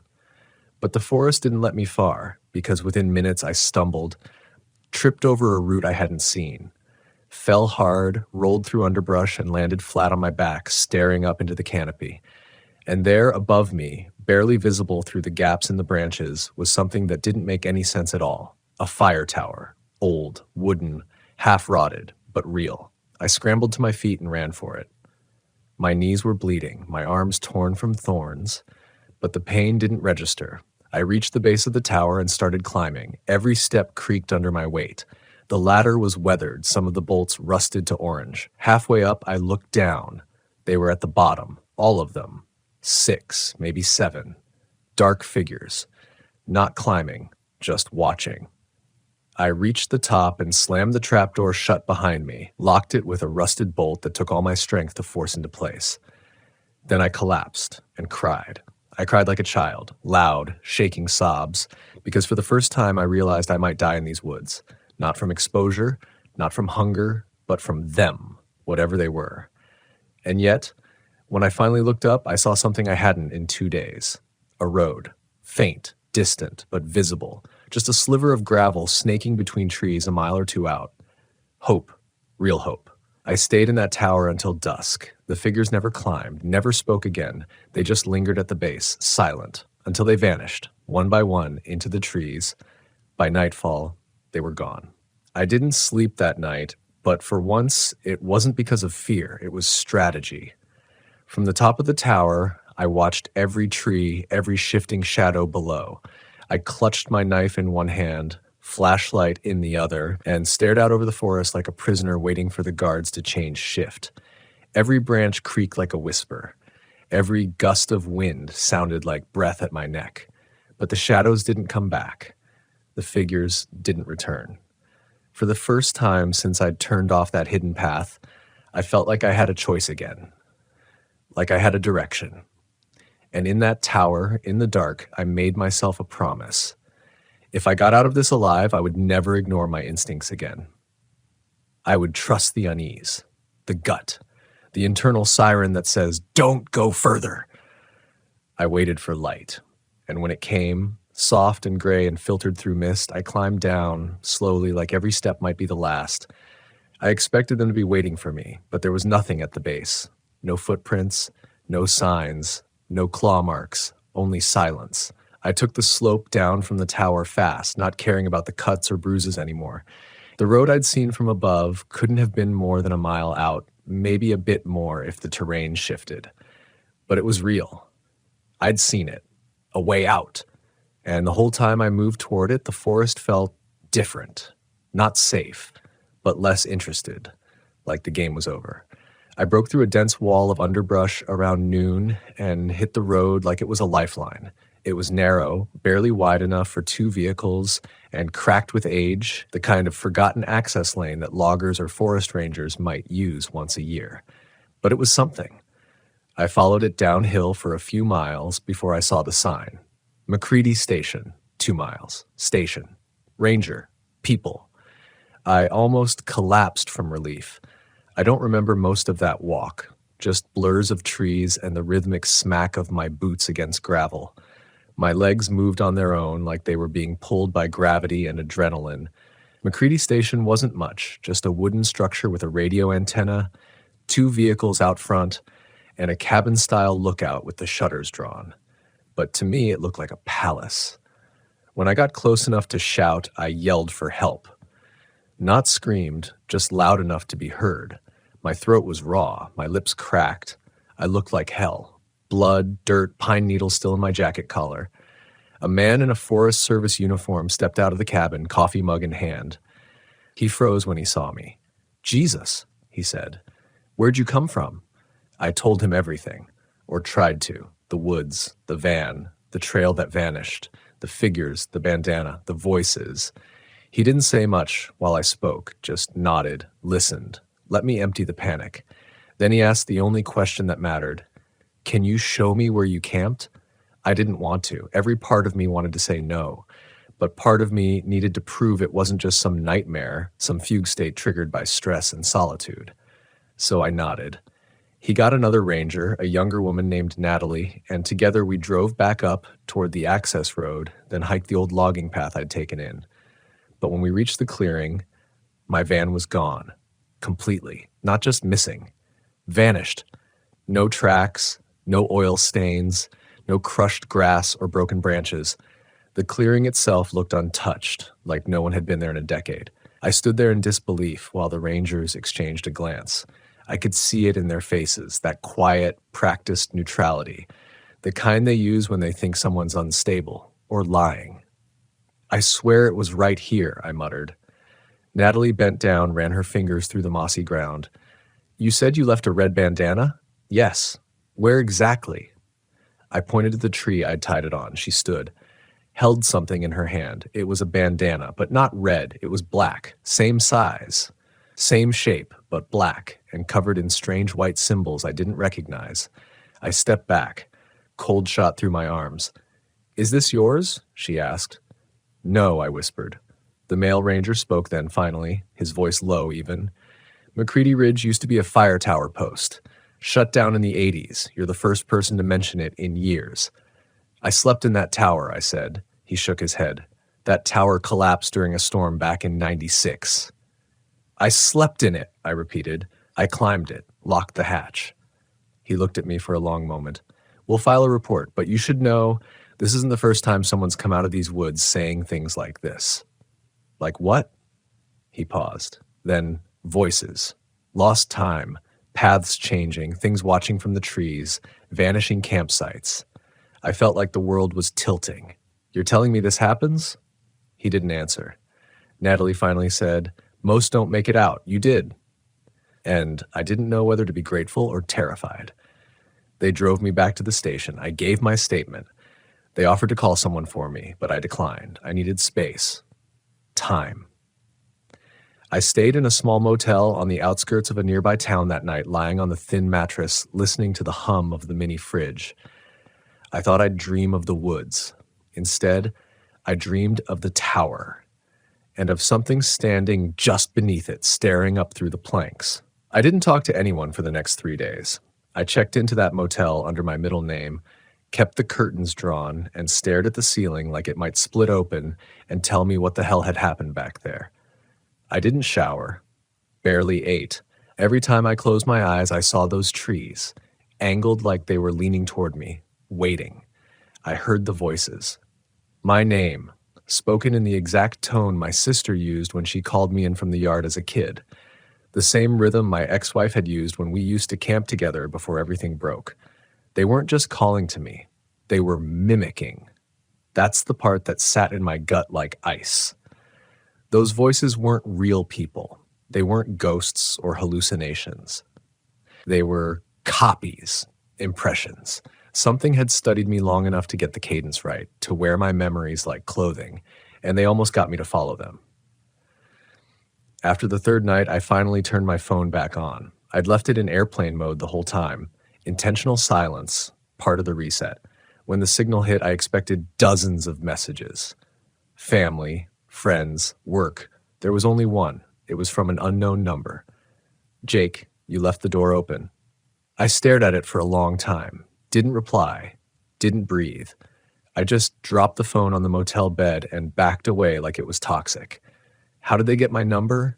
Or worse, was that even a text?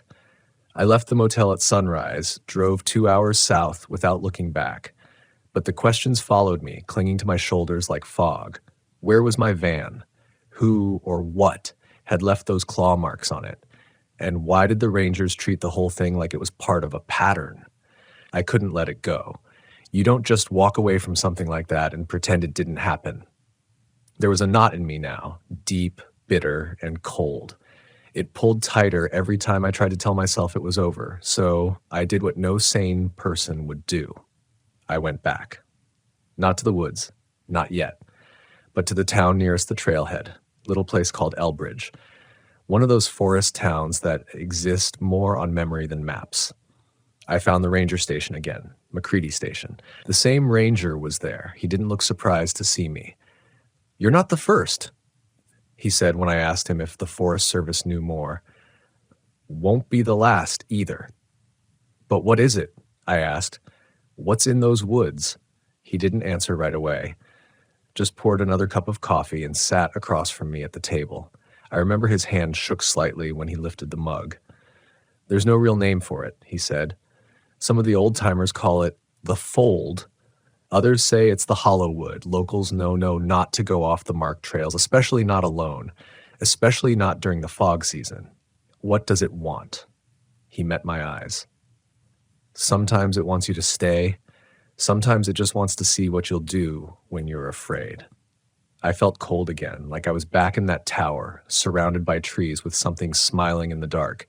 "I saw the fire tower," I said. "I climbed it. You told me it collapsed." "It did," he said. "In 1996, we found the top of it half a mile away, like something picked it up and moved it." "You think the forest's alive?" He took a slow sip. "I think some parts of this country are older than we understand, and some woods aren't just trees." That should have been the end of it. I should have left that station and driven west, and never looked back. But before I left, he handed me something, a folded piece of paper, thin, yellowed with age. It was a copy of a map. Hand-drawn, the lines on it were erratic, loops, spirals, a strange triangle where McCready Ridge used to be. In the center was a symbol I didn't recognize, like a maze or an eye. People who get lost out there, he said, they come back changed, or they don't come back at all. But you got out. That means something. I didn't ask what. I already knew. I left town that night, drove until my eyes ached, slept in rest areas with the windows rolled up and a crowbar beside me. I didn't care how crazy I looked, and I haven't been back since. But sometimes, when I park in remote places, when the woods get too quiet and the birds go still, I feel it again, that pressure, that breath, that sense that something out there remembers me, that I didn't really escape, that I just made it out for now. And sometimes when I look in the mirror after a long night on the road, I think I see something behind me in the shadows of my camper, in the space between curtain and glass. It never moves, but it's always, you don't come back from something like that unchanged. Not really. You can pack up your gear, dust off your boots, drive to safety. You can sign statements, give coordinates, even convince yourself it was all just some awful stress-induced psychotic episode. But the woods keep something, always. And I think they left something with me in return. It wasn't obvious at first. But about a week after Elbridge, strange things started happening. Little things. My Westie reappeared. I'm not kidding. It was found 2 states over, parked just outside a ranger gate near the Monongahela National Forest. Locked, undamaged, no signs of a break-in, just sitting there like it had rolled down the mountain on its own, found a road, and waited. The ranger who found it called me because he noticed the name Jacob H. etched on the inside of the rear hatch. I'd scratched it there during a long road trip with my wife years ago, a stupid little act of nostalgia. And yet, there it was. My van, with my gear still inside. All of it, except the bandana. The black one was hanging from the rearview mirror, tied in the same strange knot. I sold the van 3 days later. Didn't even clean it out. Just took what I could carry, left the keys on the dash, and walked away while a man from West Virginia wired the funds. It should have broken my heart. I loved that van, but it didn't, because I knew it had been somewhere I couldn't follow. Somewhere that warped it, the same way it warped me. Since then, I don't sleep well. I can't camp like I used to. The wild doesn't feel like home anymore. It feels like a door, one I accidentally opened, one that's still slightly ajar, and every time I dream, I'm back there, in that forest. But it's never the same trail twice. Sometimes the trees are smooth, white bark, bone pale, and endless. Sometimes they're black and twisted like they've been burned and never healed. Sometimes I hear the voices before I see anything, mimicking people I love calling from just beyond sight. Other times it's dead quiet, except for the sound of something breathing, low and long, like the forest is exhaling all at once. Once, I woke up and my fingernails were packed with moss. Another time I found tiny scratches under my shirt, 3 of them on my ribs, fresh, bleeding lightly. I live in a city now, small apartment, 2nd floor, no trees in view, and yet I still check the closet, because once I heard something knock, 3 times, from inside, and when I opened the door, the smell that hit me wasn't dust or mildew. It was pine, damp pine, that same heavy rotwood scent from McCready Ridge. I moved 2 weeks later, but you can't outrun it. You see, people think getting lost in the woods means bad navigation, no GPS, a bad map.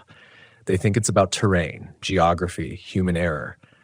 But that's not always true. Sometimes the woods decide. Sometimes they lose you on purpose. And when they're done with you, when they've taken their piece, they might let you go. But they don't forget. They wait. I tried to tell people at first, friends, a wilderness forum I used to post on. Even went on a podcast once, anonymous, voice distorted. I just needed to say it out loud. I needed someone to believe me. Most people thought I was lying or mentally unstable or high. One guy, he messaged me privately, said he'd heard of something similar in Washington State, Olympic Peninsula. A ranger out there had gone missing for 6 days, came back different, didn't remember where he'd been, just kept saying, "The path moved, the path moved." Another listener sent me a photo. It was a screenshot of an old newspaper clipping, barely readable, Local couple found after 8 days missing in forest. Speak of voice mimics and trees that watch. Dated 1982. That was enough for me. I stopped talking. I deleted the podcast file, removed the posts, went quiet again. Because if there's one thing I've learned, it's that they don't like being named. Whatever's out there, whatever exists in the folds of those forests, it listens. It remembers. And I think it tests us. It waits for people like me, loners, wanderers, people trying to escape something. The lost ones, not just in the woods, but in life. We go looking for quiet, for meaning, and sometimes we find them instead. Sometimes I wonder what would have happened if I'd followed the voice, if I'd believed it was someone I knew. If I'd stepped into the trees just a little further when it said, Jake, this way. Would I still be me? Would I still be? I don't have answers. All I have is this truth. The forest is older than we are. It has patterns we don't understand, and sometimes when we walk its edges, it walks us right back. I try to warn people now, quietly, subtly. A glance at someone's map in a trailhead parking lot. A muttered warning when I see a camper pull off toward a hidden trail. Don't go off path, I say. They usually smile, nod politely. But they don't listen. Nobody ever does. Not until the voices start. Not until the woods shift. Not until it's already too late. It's strange how quiet your life gets when fear becomes a permanent part of your wiring. I used to love the wilderness. Now I flinch when the wind moves through trees. I used to live for the sound of birds at dawn, for the damp chill of morning fog. Now, every fog bank feels like a veil about to pull back and show me something I wasn't meant to see. Sometimes I think I didn't really escape the woods. I just brought a piece of them with me.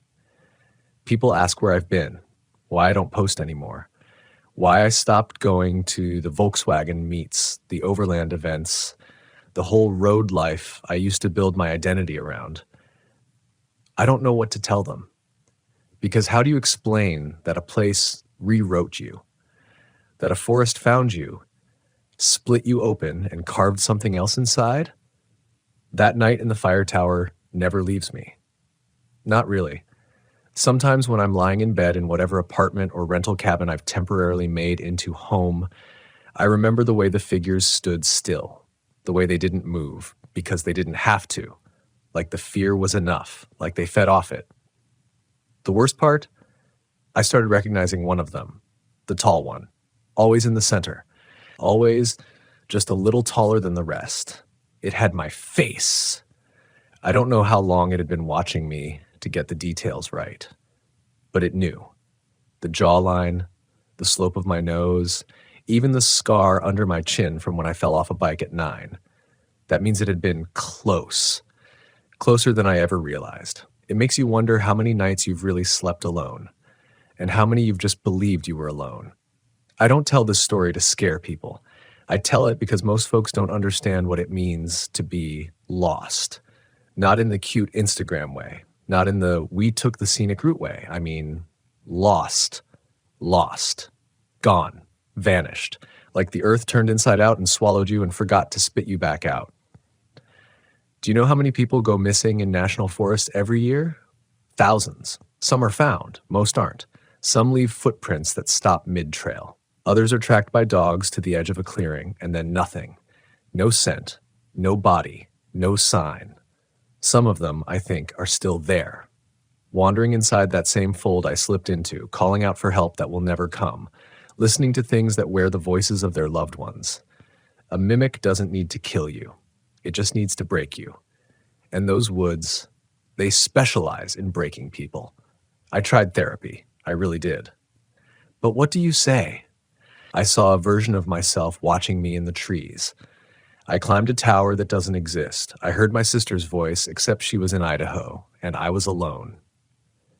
It sounds like madness, like sleep deprivation, like trauma, and maybe some of it is, but I know what happened, and I know this. If you step far enough into the wrong woods, they step into you too. Sometimes I still hear knocking at night. Sometimes I wake up and find dirt on the windowsill. Pine needles inside my locked car. One time I found moss growing along the seam of my shower drain. Thick, dark, and wet.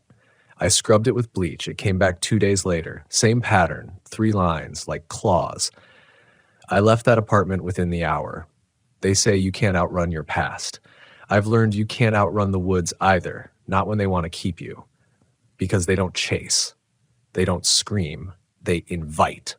That's the worst part. The invitation never really ends. It's in the back of your head when you're walking alone at dusk and the wind makes the leaves talk in that soft, hypnotic way.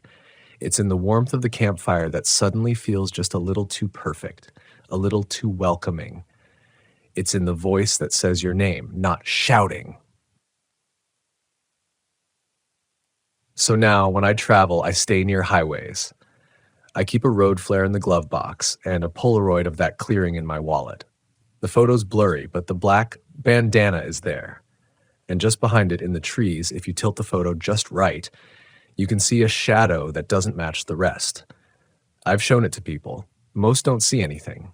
One guy said it looked like a tree stump. Another told me it was probably lens flare. Maybe it is, but I know what I saw, and I know it's still watching me. Waiting. I sometimes wonder if telling this story is a mistake. Maybe speaking about it gives it power. Maybe it hears me. Maybe this is exactly what it wants, that I remember it, that I share it, that I invite others to come find the same clearing, the same bandana, the same empty space where the world bends in ways it was never meant to. But then I remember the message. You left the door open. And I wonder if it wasn't a warning, but a thank you. There's one last thing I've never told anyone.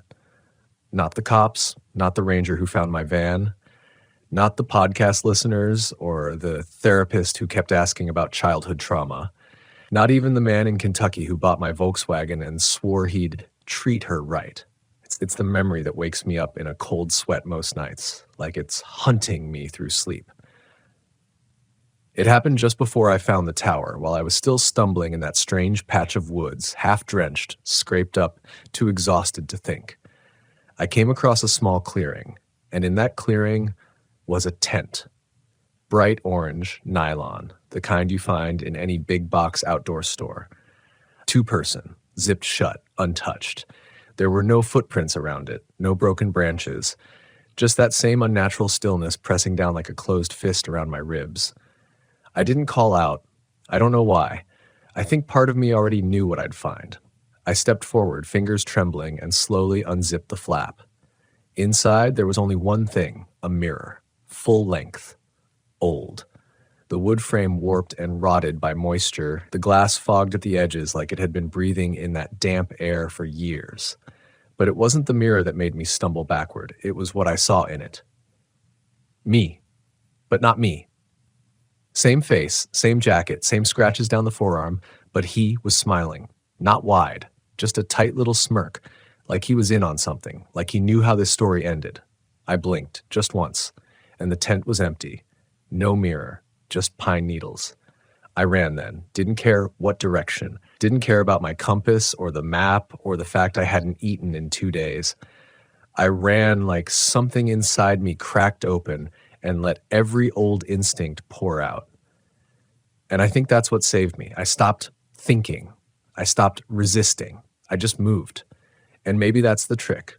Maybe the ones who get taken are the ones who try to understand, who try to draw lines around it, give it shape, control it. But the woods don't work like that. You don't control a storm. You don't tame the tide. You survive it, if it lets you. Now, years later, I still get messages from strangers who find fragments of the story I left online. Some of them are skeptics, some are true believers, but a few don't ask questions. They just write one line. It happened to me too.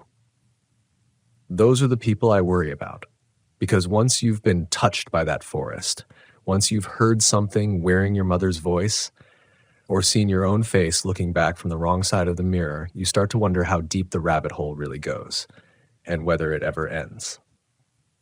Some nights I walk out to the edge of town.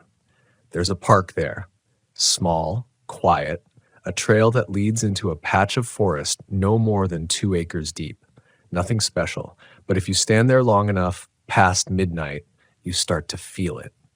The wind stops, the air thickens, And if you listen carefully, the leaves begin to whisper in a language just outside your memory.